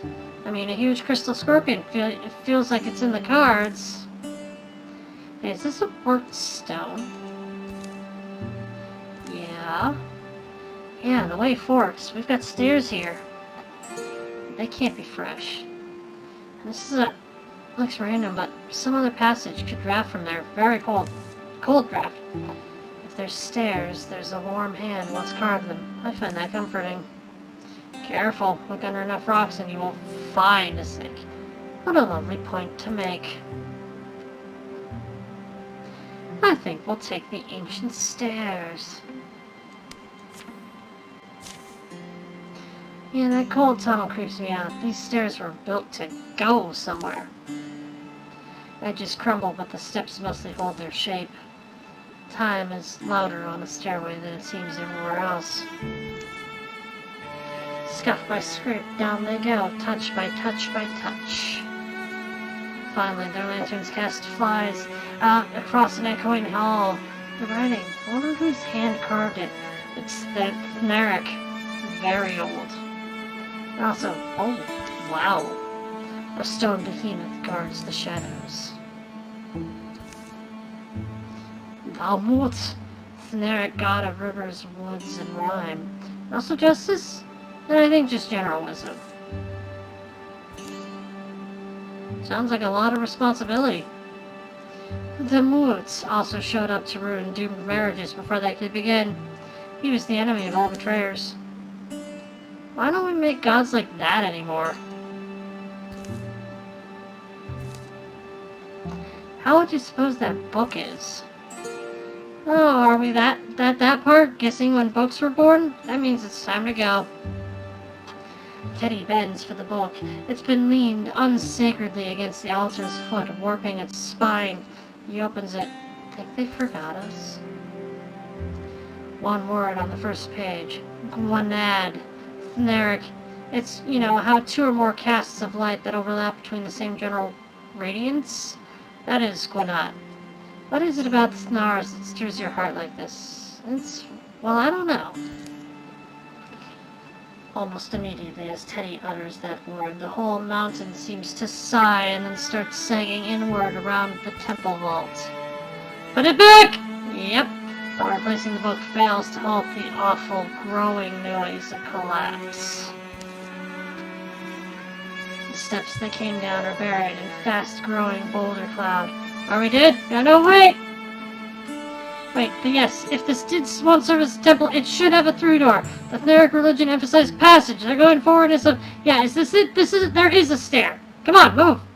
Better than standing around to die. But how do I just leave? I'll never find such a place again. What did it mean? Why not? Teddy, come on! Stackle. Shussle.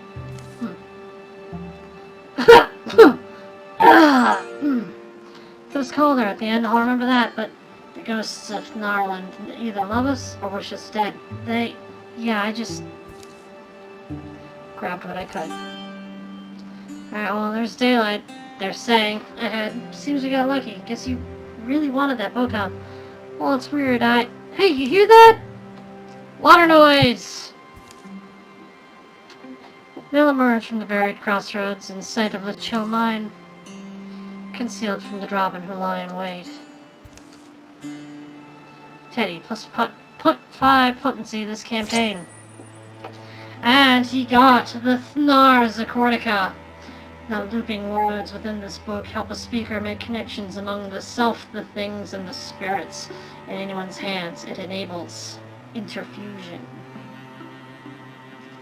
Increases the hero's max interfusions by 1 and allows non-mystics to interfuse. Mingle the mystic's life energy with a blaze or piece of scenery. Infused targets grant vision and can be used for further purposes. Teddy's hands are full. We could give it to one of our hunters. She looks like a ritual wolf now, if I give her that.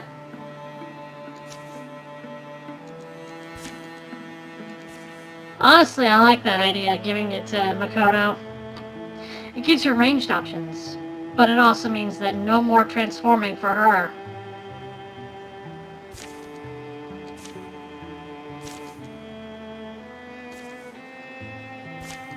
Yukari's better with the bow anyway. Give it to her.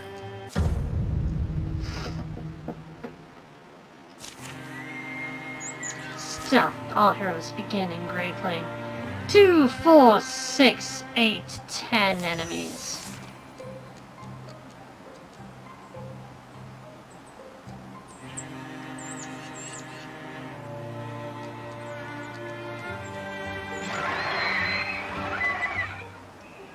Lots of enemies. Boom! That Demon was not expecting that.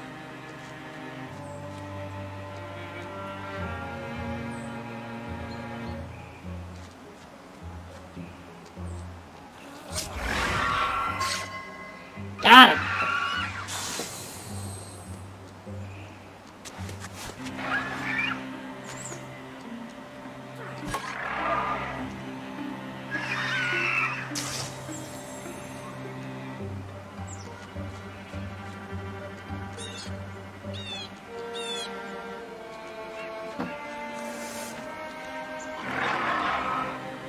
They're all inspired. Soon their bird will die.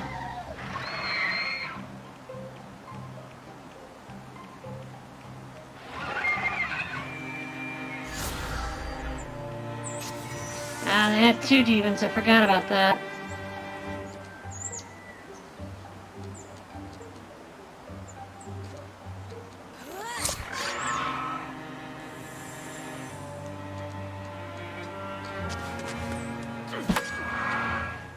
Be gone, you!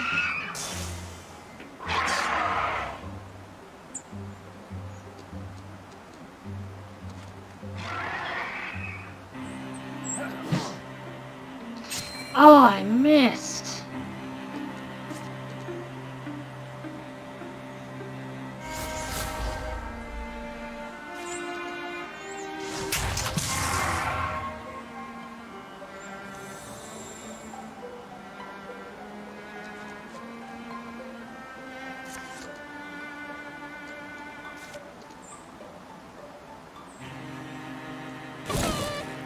free once per turn. There we go.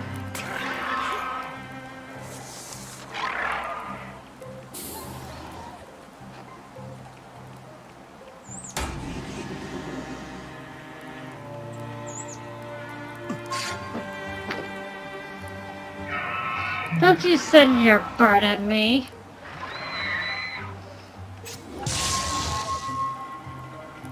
Oh, Mimori took a good hit from that.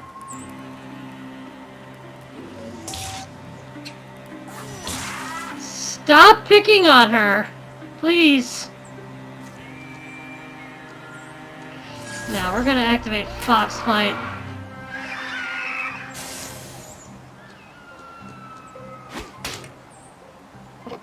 He blocked? How dare he?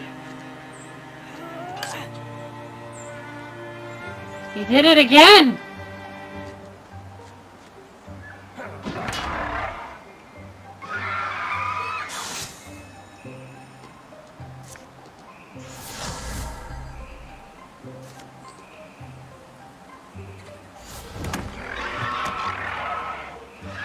There we go.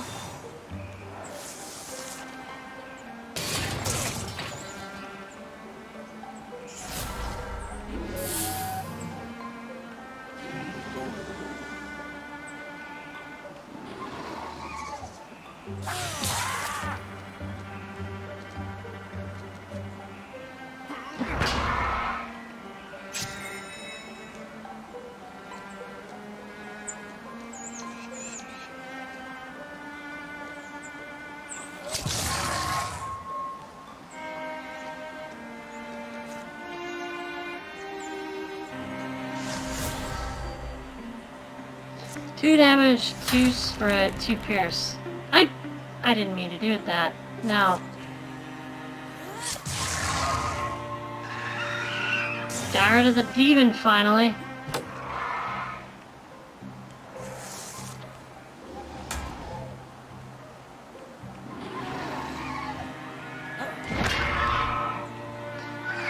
That was a mighty hit.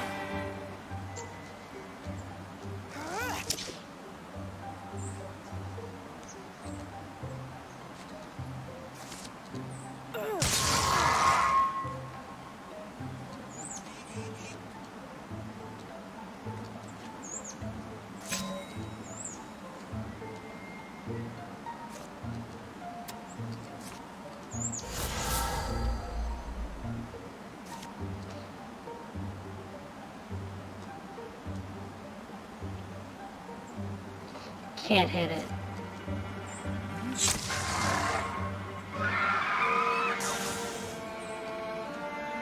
I keep forgetting he's got actually decent weapons.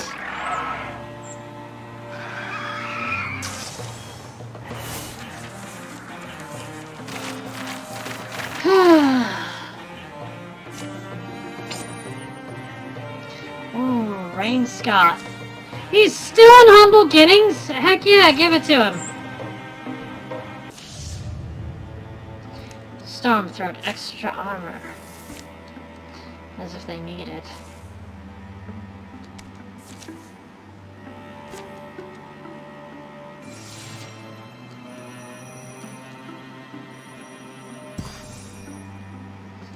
Alright, secure site completed. And we got some Fox Quartz knee pads.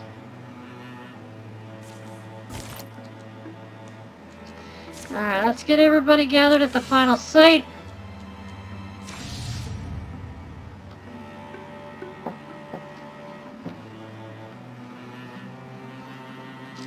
Alright, let's see. What do we want to get rid of? I don't want the darts to be high strong. They need to relax.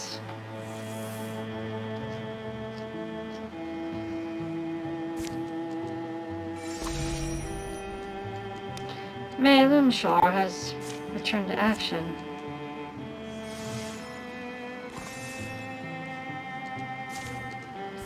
Gather, everybody, let's go. May, go.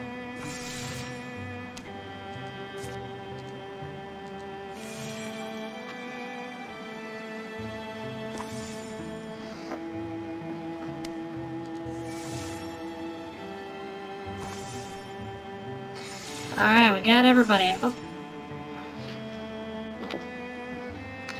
Final fight of the chapter.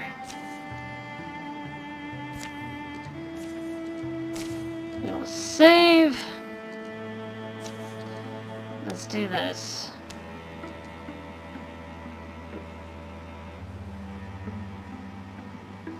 Alright. Here we go.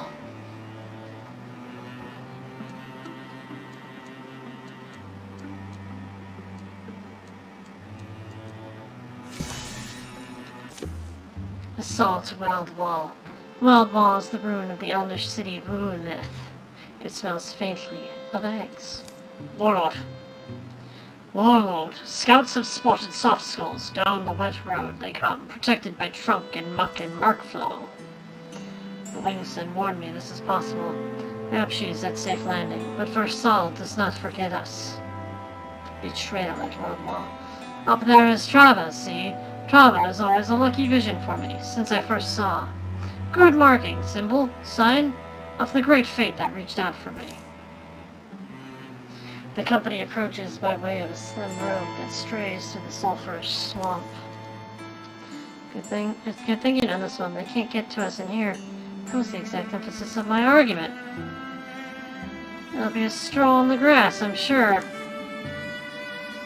At the end of the path, the ruins begin, past those swells of misted slope. This is always the worst part. Hilltops are for warlords. Can we survive the climb? Scatter his fires, shred his flags, and I wait your he'll come down to us. Thrixl Ward. Stormthroat Devin, 2 darts, a stump, and all that. We also have to deal with bone guards and fang bows.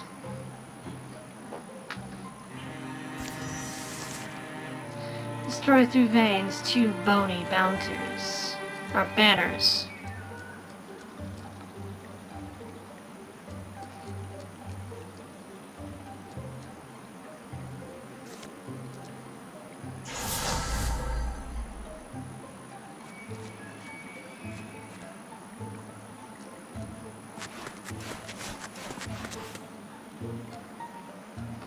Where are they?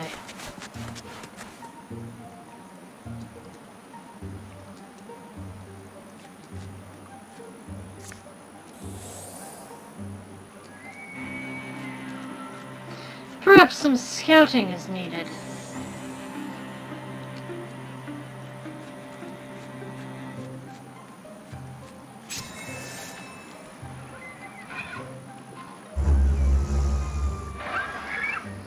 The Drauven has found us.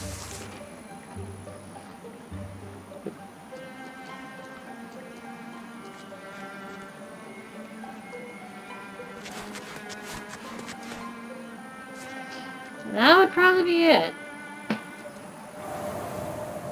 That was a daring move of me.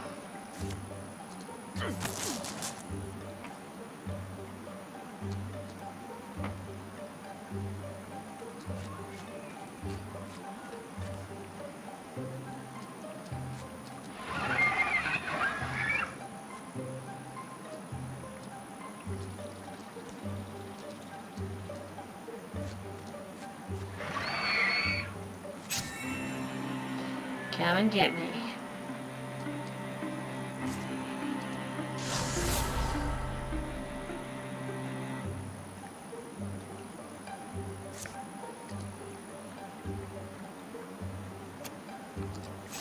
Oh, wait.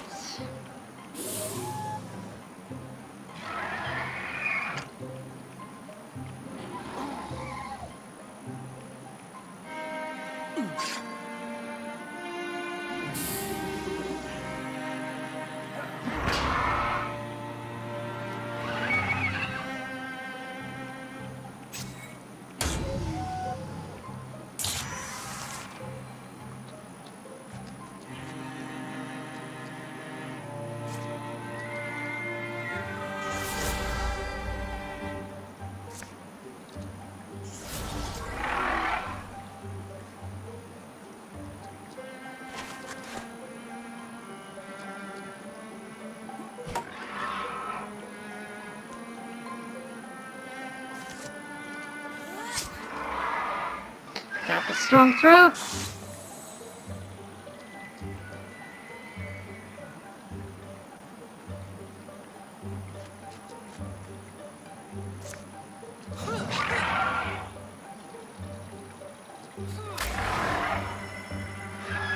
Ooh, good stunt.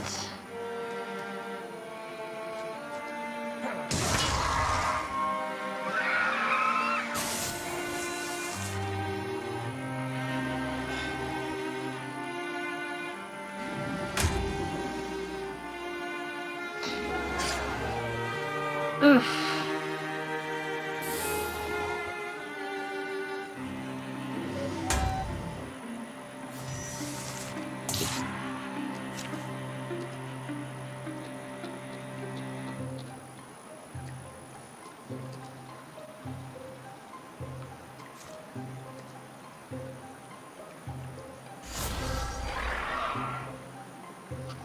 Your cover's gone.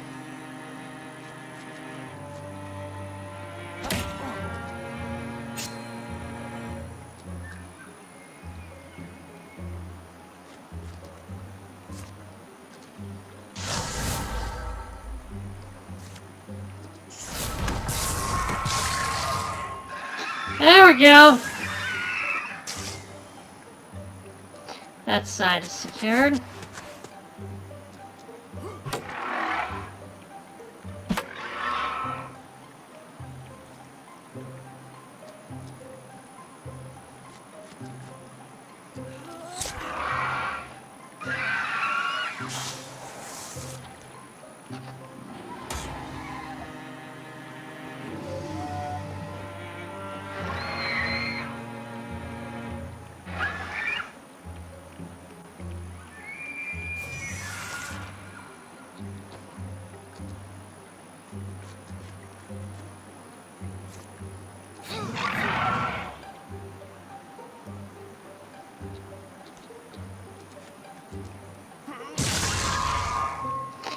Teamwork!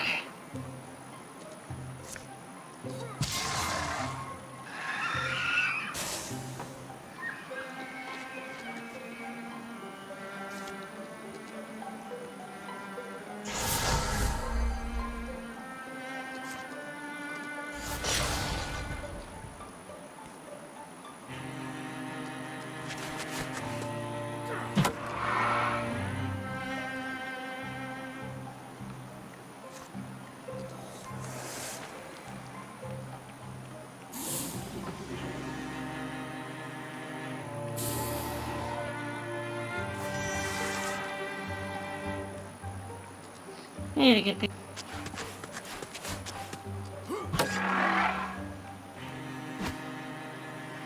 You dodged it? No way!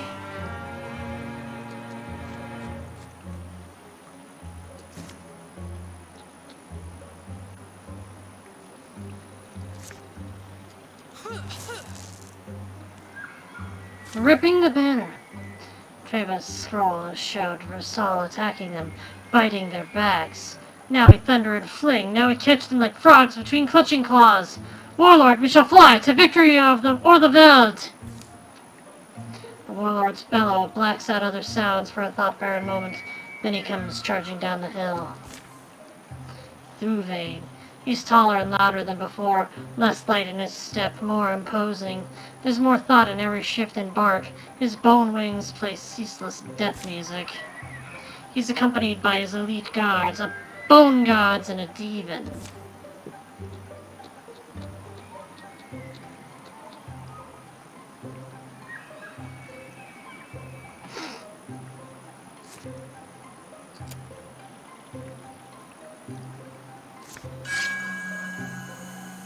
Swell song and a howl.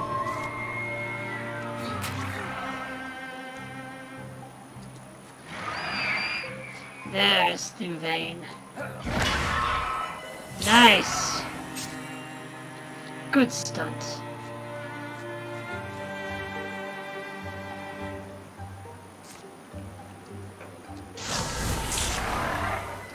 Another good one.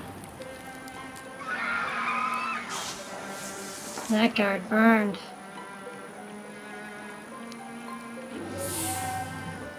No, no.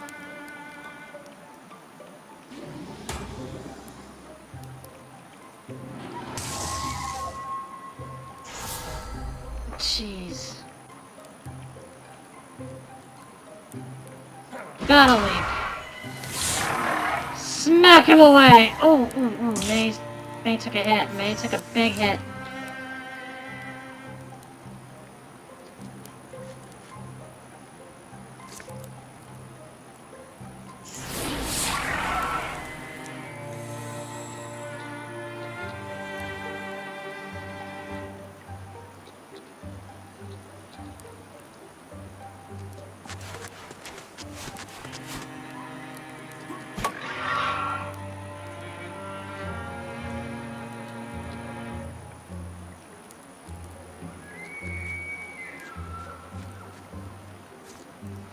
Yukari needs to hide. Time for Makoto to do her thing.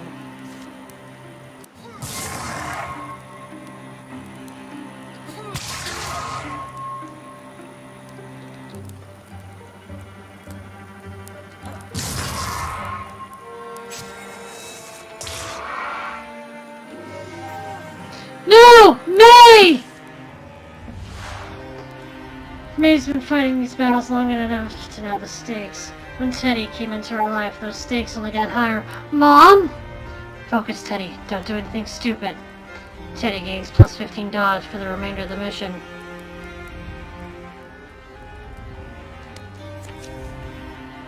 Even in her last moment, she thinks of Teddy's safety. And the words aren't wasted. Teddy swallows the despair that was rising in his throat. There's a battle still to be won, and his mother's sacrifice will mean nothing if he doesn't survive.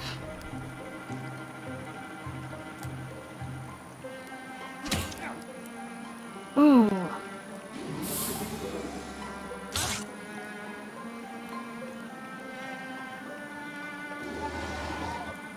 No, Ryuji!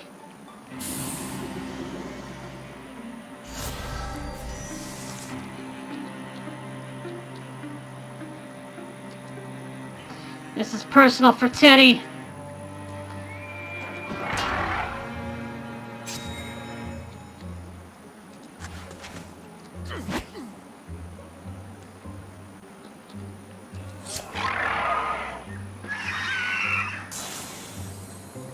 And down goes the warlord.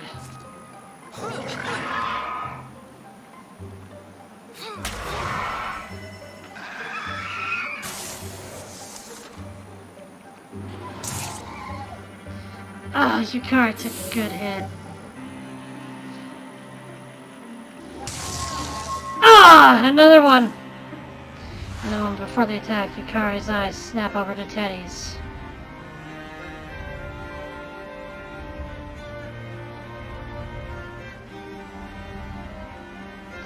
Don't worry, I'll survive. We need more people to live! Yukari's breath is knocked out of her lungs, and with it, the will to keep fighting. I'm sorry, we're not able to finish this one. Don't apologize, just get somewhere safe. Don't want you to think I'm... Shoot!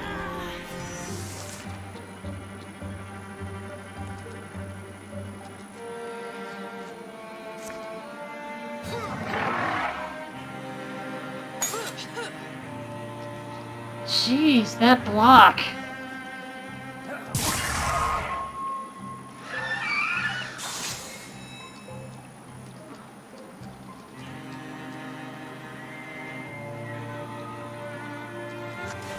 You can hit them both from here. And he is untouchable, which he desperately needs with his 1 HP.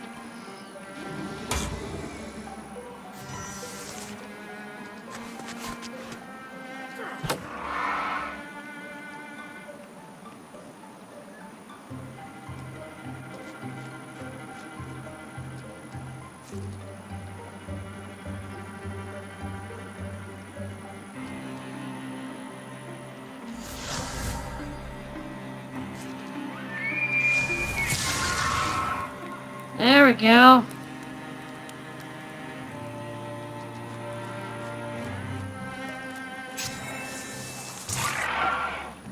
Ah! Oh, he warded it!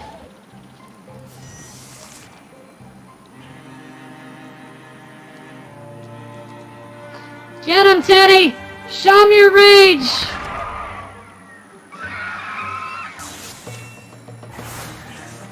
Oh, that was Pyrrhic!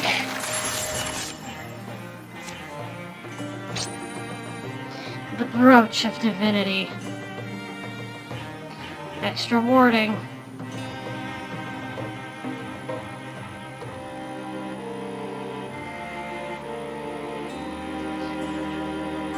Teddy's retiring at the end of this too. She needs it.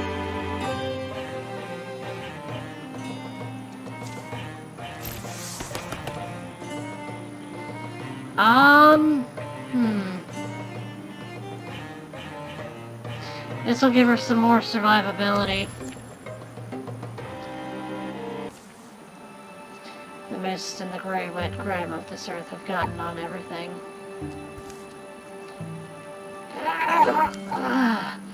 Warlord. Teddy. With a groan, his huge hand grasps the crossbow from the dirt. Dad, get Teddy!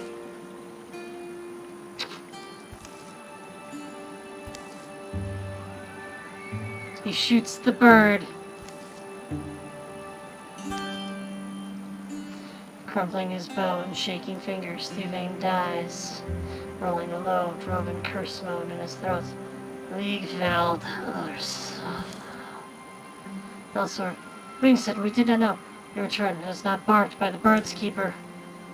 I cannot return to a place I have not been. I left my warlord in danger and came further than expected to find you. Where is Vrsawl? You must leave him to... I wish for a fire to dry the cloud skies off my back. Sectariatar mor advena tila klipslin. Dalos isjust teriaton mor meina levad lurien. The demon chants mage word, his voice cutting practice patterns in the candle-sweet air. Risp, rhyme! Chuckle. Sectariat mesios mor muina at noin. Dalos tasatariat mesos morsila avajoliorin. And finally, in flat, hammered Yandric, he sings.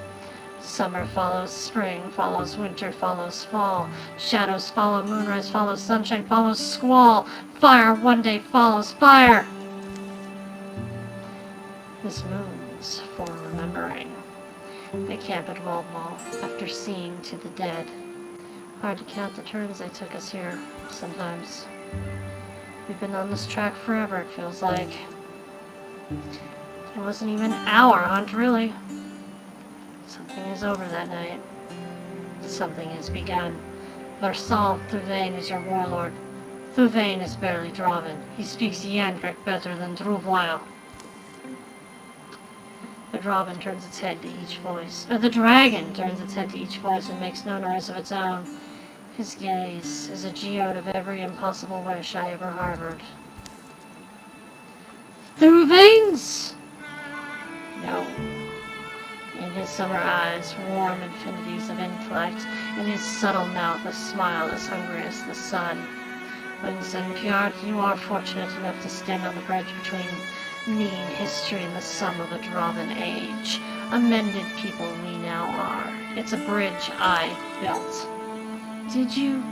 From where I perch, I see a Drauv who has laid all his labors on broader, fitter backs. My back was bent, my future bowed even as I tumbled from the egg. You could never comprehend my life, Wing said, if you could live it all as a civic poem. Only my blood was fit. It is dragon blood. Drauven may as well be an ox and let him be slaughtered as one. Our people are here. Their king, the Summer King, is here. What I think you mean is, he is dead. Drauven was meant to die at Wildermyth. Do I not understand you rightly? In that moment, no dissemblance can form behind the demon's jaws. Shodi shuts them. I ought not to have left him. I am glad that you did, Pjart, sister. His voice nests in you. It is not only Pjark's rigid purpose that is shattered then and remade. The long settled fate of all things is refigured. A dragon has spoken.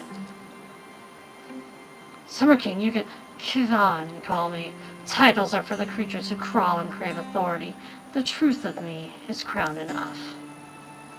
Kivan, Egwith, little wonder, you cannot know who Thuvain is, or was. His might and force of will are what made your hatching possible, are what make our people strong. And his name is honored to me, but if he is dead, I am glad that you live. If all else dies, sister, live with me still.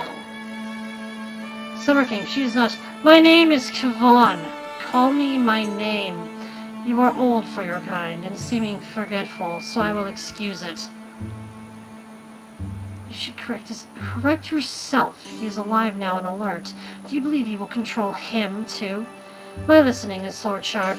Be warned and be quiet. For now I shall think, and I shall eat. Ox would be good, and sheep, and onions. My gathering thoughts see a picture of the world undragoned. I do not know what has passed in those years, but I am sure it all wants meaning. This is what I shall give it, I suppose. The night will age and gray. It will be buried in orange light. The first night of Kavan's real life is musically quiet, a pregnant rest preceding the world's next movement. And we have acquired the Orphan Sword. A sword passed from slain to slayer. Its perfect balance is undeniable. Its myth dark and worrisome. It will never rest, but be orphaned again and again.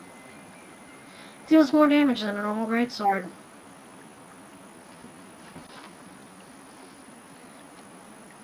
It gives extra accuracy and extra block. And since we no longer will have Teddy,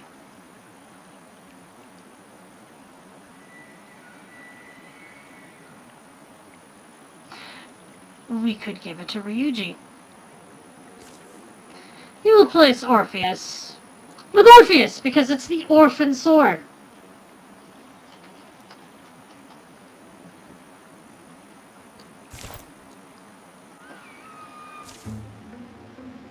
Malum Shore fell in battle at Mist Flat. What a waste. What is best? We shall construct a tomb to commemorate her story. Plus 2 legacy points after building it. May deserves to be remembered. What a growth, Teddy. What a growth.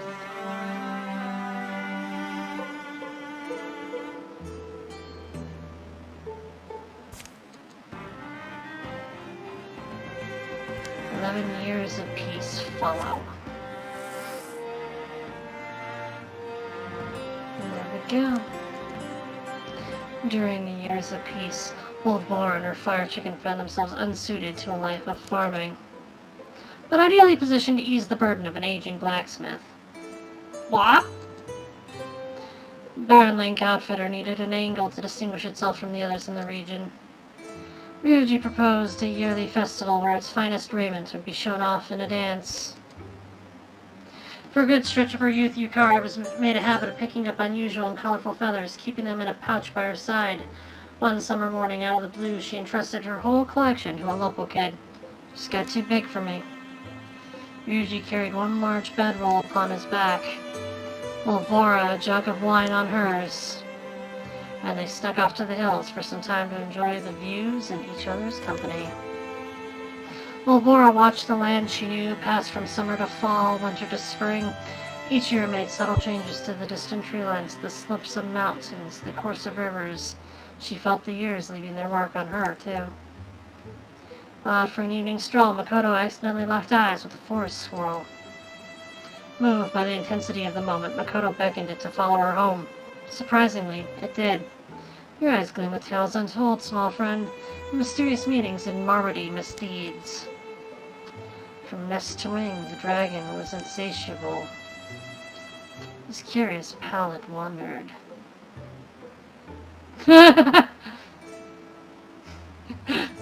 It wants to eat the terror bird! And he's like, you let it eat the frickin' terror bird! And she's just smiling. Growing in bone and weight and wit, he left few creatures unawed. The Drauven, once united behind Drauven, soon forgot their old lord. Even had none of them pledged for Kavan, dragon gravity would have bent the nation up around him. Kavan's early years passed unmarked by human eyes, well beyond the wilds where even hill painters went. If the predations and hunts of tribute had stayed in those places, likely all would have turned out differently. Everyone said that it wouldn't last. The novelty of retirement would wear off, and Teddy would grow bored of fine wine and afternoon naps by the lake. Teddy proved them all wrong. Teddy Thrall has retired. He's no longer in your party, but he'll go into your legacy and may play a part in future stories. Teddy Thrall's son has reached adventuring age. Lokun Thrall has joined the Phantom Thieves as a warrior. And he, like his father, will have blood switches. Well, not his father never had it, but... In the years leading up to his retirement, Teddy was startled to be approached by some of the less experienced members of the company. They wanted Teddy to teach them. Obliging, he soon found satisfaction in the task, and a new calm settled in him that would last to the end of his days. Who benefited most from Teddy's wisdom? Lokun! That new guy!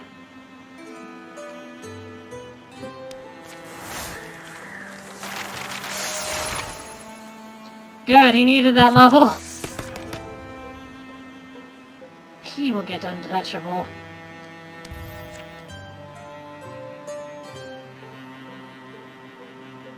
Because he's gonna need it.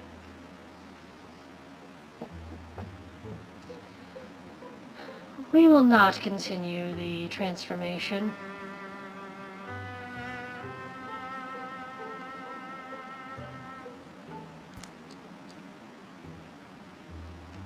Nor will we continue his.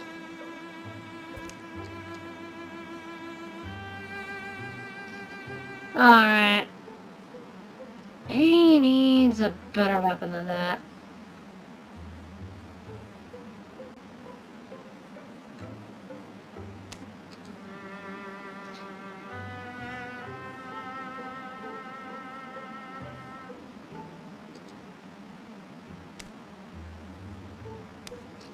Alright, we'll give him spell cowling.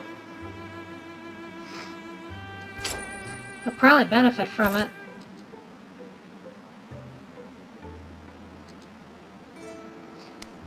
Volvora Fenspear. I'm surprised she's still around. She needs so much better than humble beginnings, dear lord.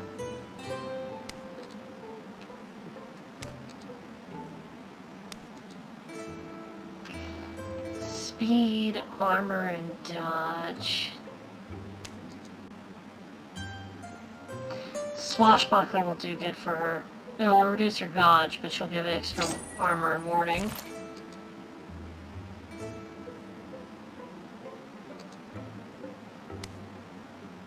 Ryuji's still at level 1 armor. Battle Scoff! Speed, armor, and dodge. He needs it.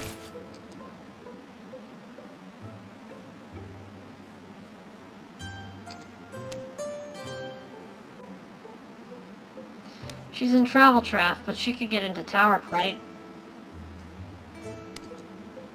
Or Laceweight, and I think Laceweight suits her better.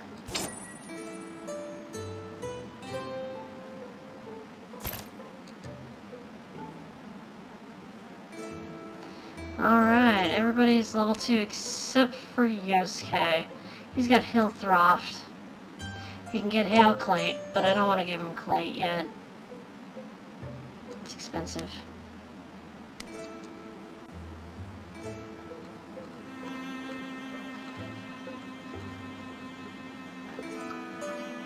A powerful sword with extra block and accuracy. I could give it the Grim Slash, but let's not. The shadows deepen. All monster groups will draw an extra monster card in every battle. In the canyon of his hatching, Kavan's enclave is a place of natural elegance. In ancient times, he says, he often rested here and wrestled his siblings and waged his pleasures on the world. Get off your haunches, dragon. Summer's for cloud tasting. You can see a fine afternoon in the river valley. I was there 2 nights. The linden trees are never so fragrant as now, and the breeze is from the south. It cools the eyes and the neck. The flight itself is fun. I know it's common for your kind to make an egg. Many eggs.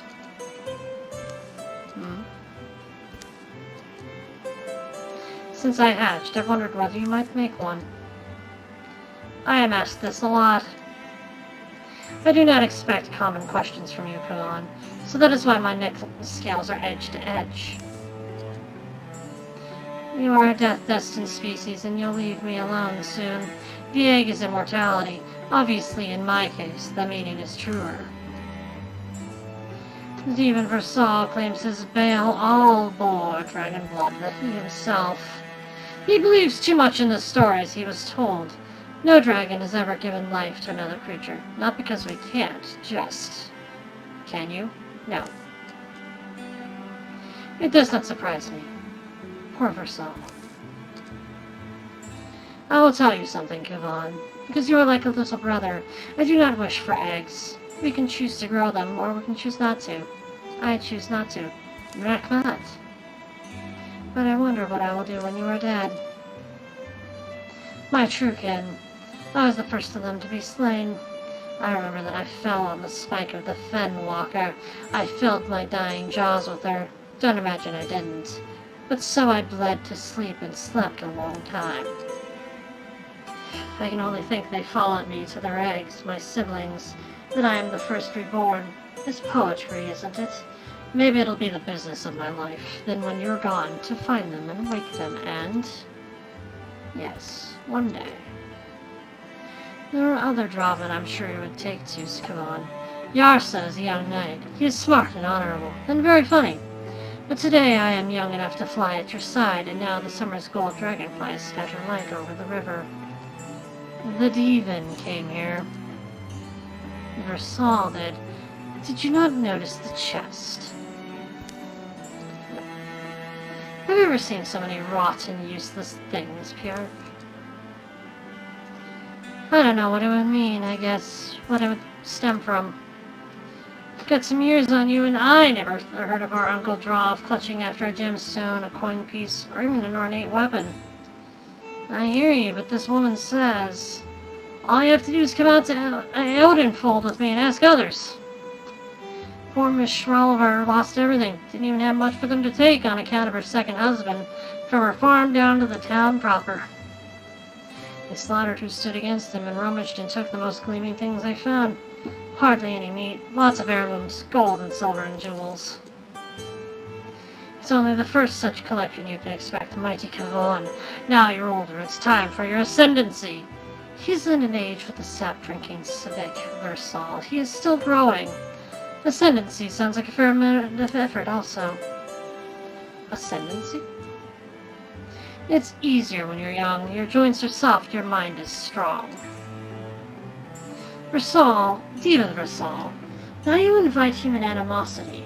I have noticed your shoulder is cold and bare since that time. I wonder if your bird simply refuses to return to one who's betrayed his own swearing. Unfair. Treva was a good bird. A cougar likely snagged him. But letting the past be the past, I fail to see how a box of earth brights, be they silver or sapphire, will serve Kavan. What good 10 such boxes will be, or 20?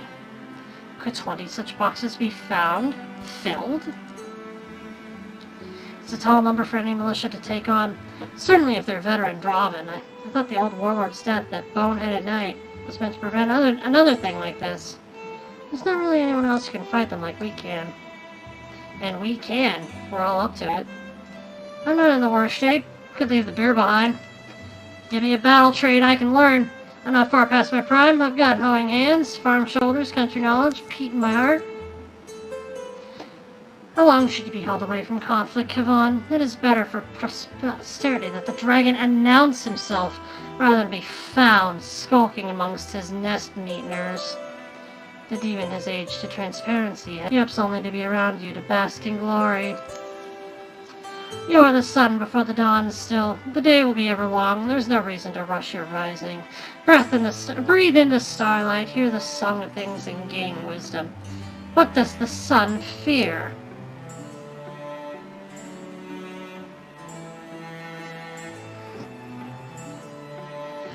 Ah!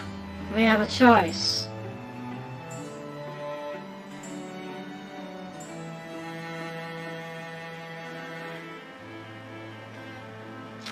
I'm gonna hate this. The dragon has no use for hurry. My sister is right. Kavan and Piarki gain plus health and armor. I'm also uncertain what all this treasure will yield me. I like its luster, but it's not as if I can sleep upon it. Would you prefer we capture mattresses, great Kavan? Blankets and pillows and curtains for your fearsome den? Colorful curtains? The audacity of the Drauven raids is never as high as it was that summer, or the spring that preceded it. The Drauven warriors are hot with imagining, and their eagerness to plunder gleaming things for their new lord does not fully ebb. Pick it up, I guess. So the company is called again to arms. They must trace trails and topple outposts, track stolen treasures to a distant canyon, and there a mythic maw awaits them. Let's see your swing. And we have Xian! Well, at sunrise, that was the evilest variety of tests I could stack on you, and I will say, you adapted with unfortunate alacrity. Guess the thing left to do is decide on your role. Witches with a little silver in their hair? Very attractive to some people, I mean. We've actually put extensive thought into this already. We could use another warrior. Oh, we got Loken. But durability, I think, is what we need in this party. Working the farm, you think about swinging the tools. This is certainly what I prefer. Xian Table Rights! Xian was born to country people during the lengthy peace that followed the 20-year Drauven conflict. She had a quiet and practical upbringing. She was aware she was an ugly girl, her limbs and features ever failing to age in concert. She would always possess a certain awkwardness, preferring contemplation in books to lengthy exposure or idle conversation. Sturdy in her teenage years, she began a long and fairly aimless career as a farmhand, working first for a garrulous, divorced old rancher, before migrating around the territory, accumulating friends and experiences. It seemed life would pass and end this way for her, but when Drauven raided her homeland, her family was burned and her former employers killed or put out of their homes, and many friends too. Xian discovered stubborn fire in herself and a decision to do something ripening in her heart. She rose to a fight and challenged all the sum of fate to correct her. Ooh!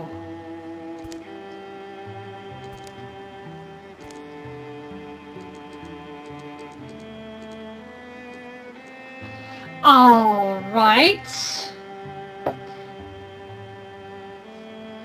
Well, since her name is Xian, we will just change it to Xiaomi. I think that's her name. I gotta double check.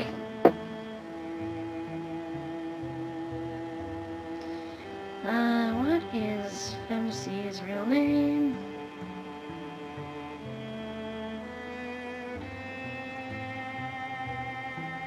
Oh, it's the last name is Xiaomi. So, alright, cool.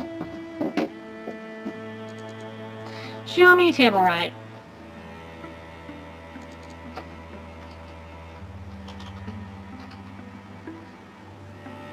We'll change it to Totani. Alright.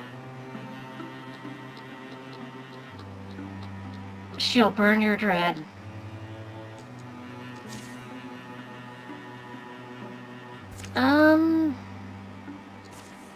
Someone's gotta build a May's tomb. And we'll do another recruitment while we're at it. Yeah, geometry of gadget. Mikoto's out of sorts and Ryuji thinks he has the answer. Things in Clover Pass are drunk or sleeping, and the last greasy lights wobble in quiet windows. At least, mostly quiet. Alright, we get it. You're happier than us. The merry stumbler scrapes along the back alley, fragments of foamy song following after, fading into the early dawn. The early dew. The night doesn't slush so easily in every belly. What's wrong? You look like you're about to go belly up in the whiskey pond. Miss Lately? I don't know. Don't worry about it. I bet I know what it is. I don't even know what it is. You're out of shape. Have to exercise more. Have to get your blood going, your lungs pumping, and yeah, I don't do it as much as I should either, still. Reggie, normal people don't... What's that face for? Because I just had the perfect idea! There's this mystical order. They live out in seclusion. They're all about training your body to unshackle the mind. I'm sure they teach us one or two tricks, or at least give us a quiet meal. So they set out in the morning, much too early.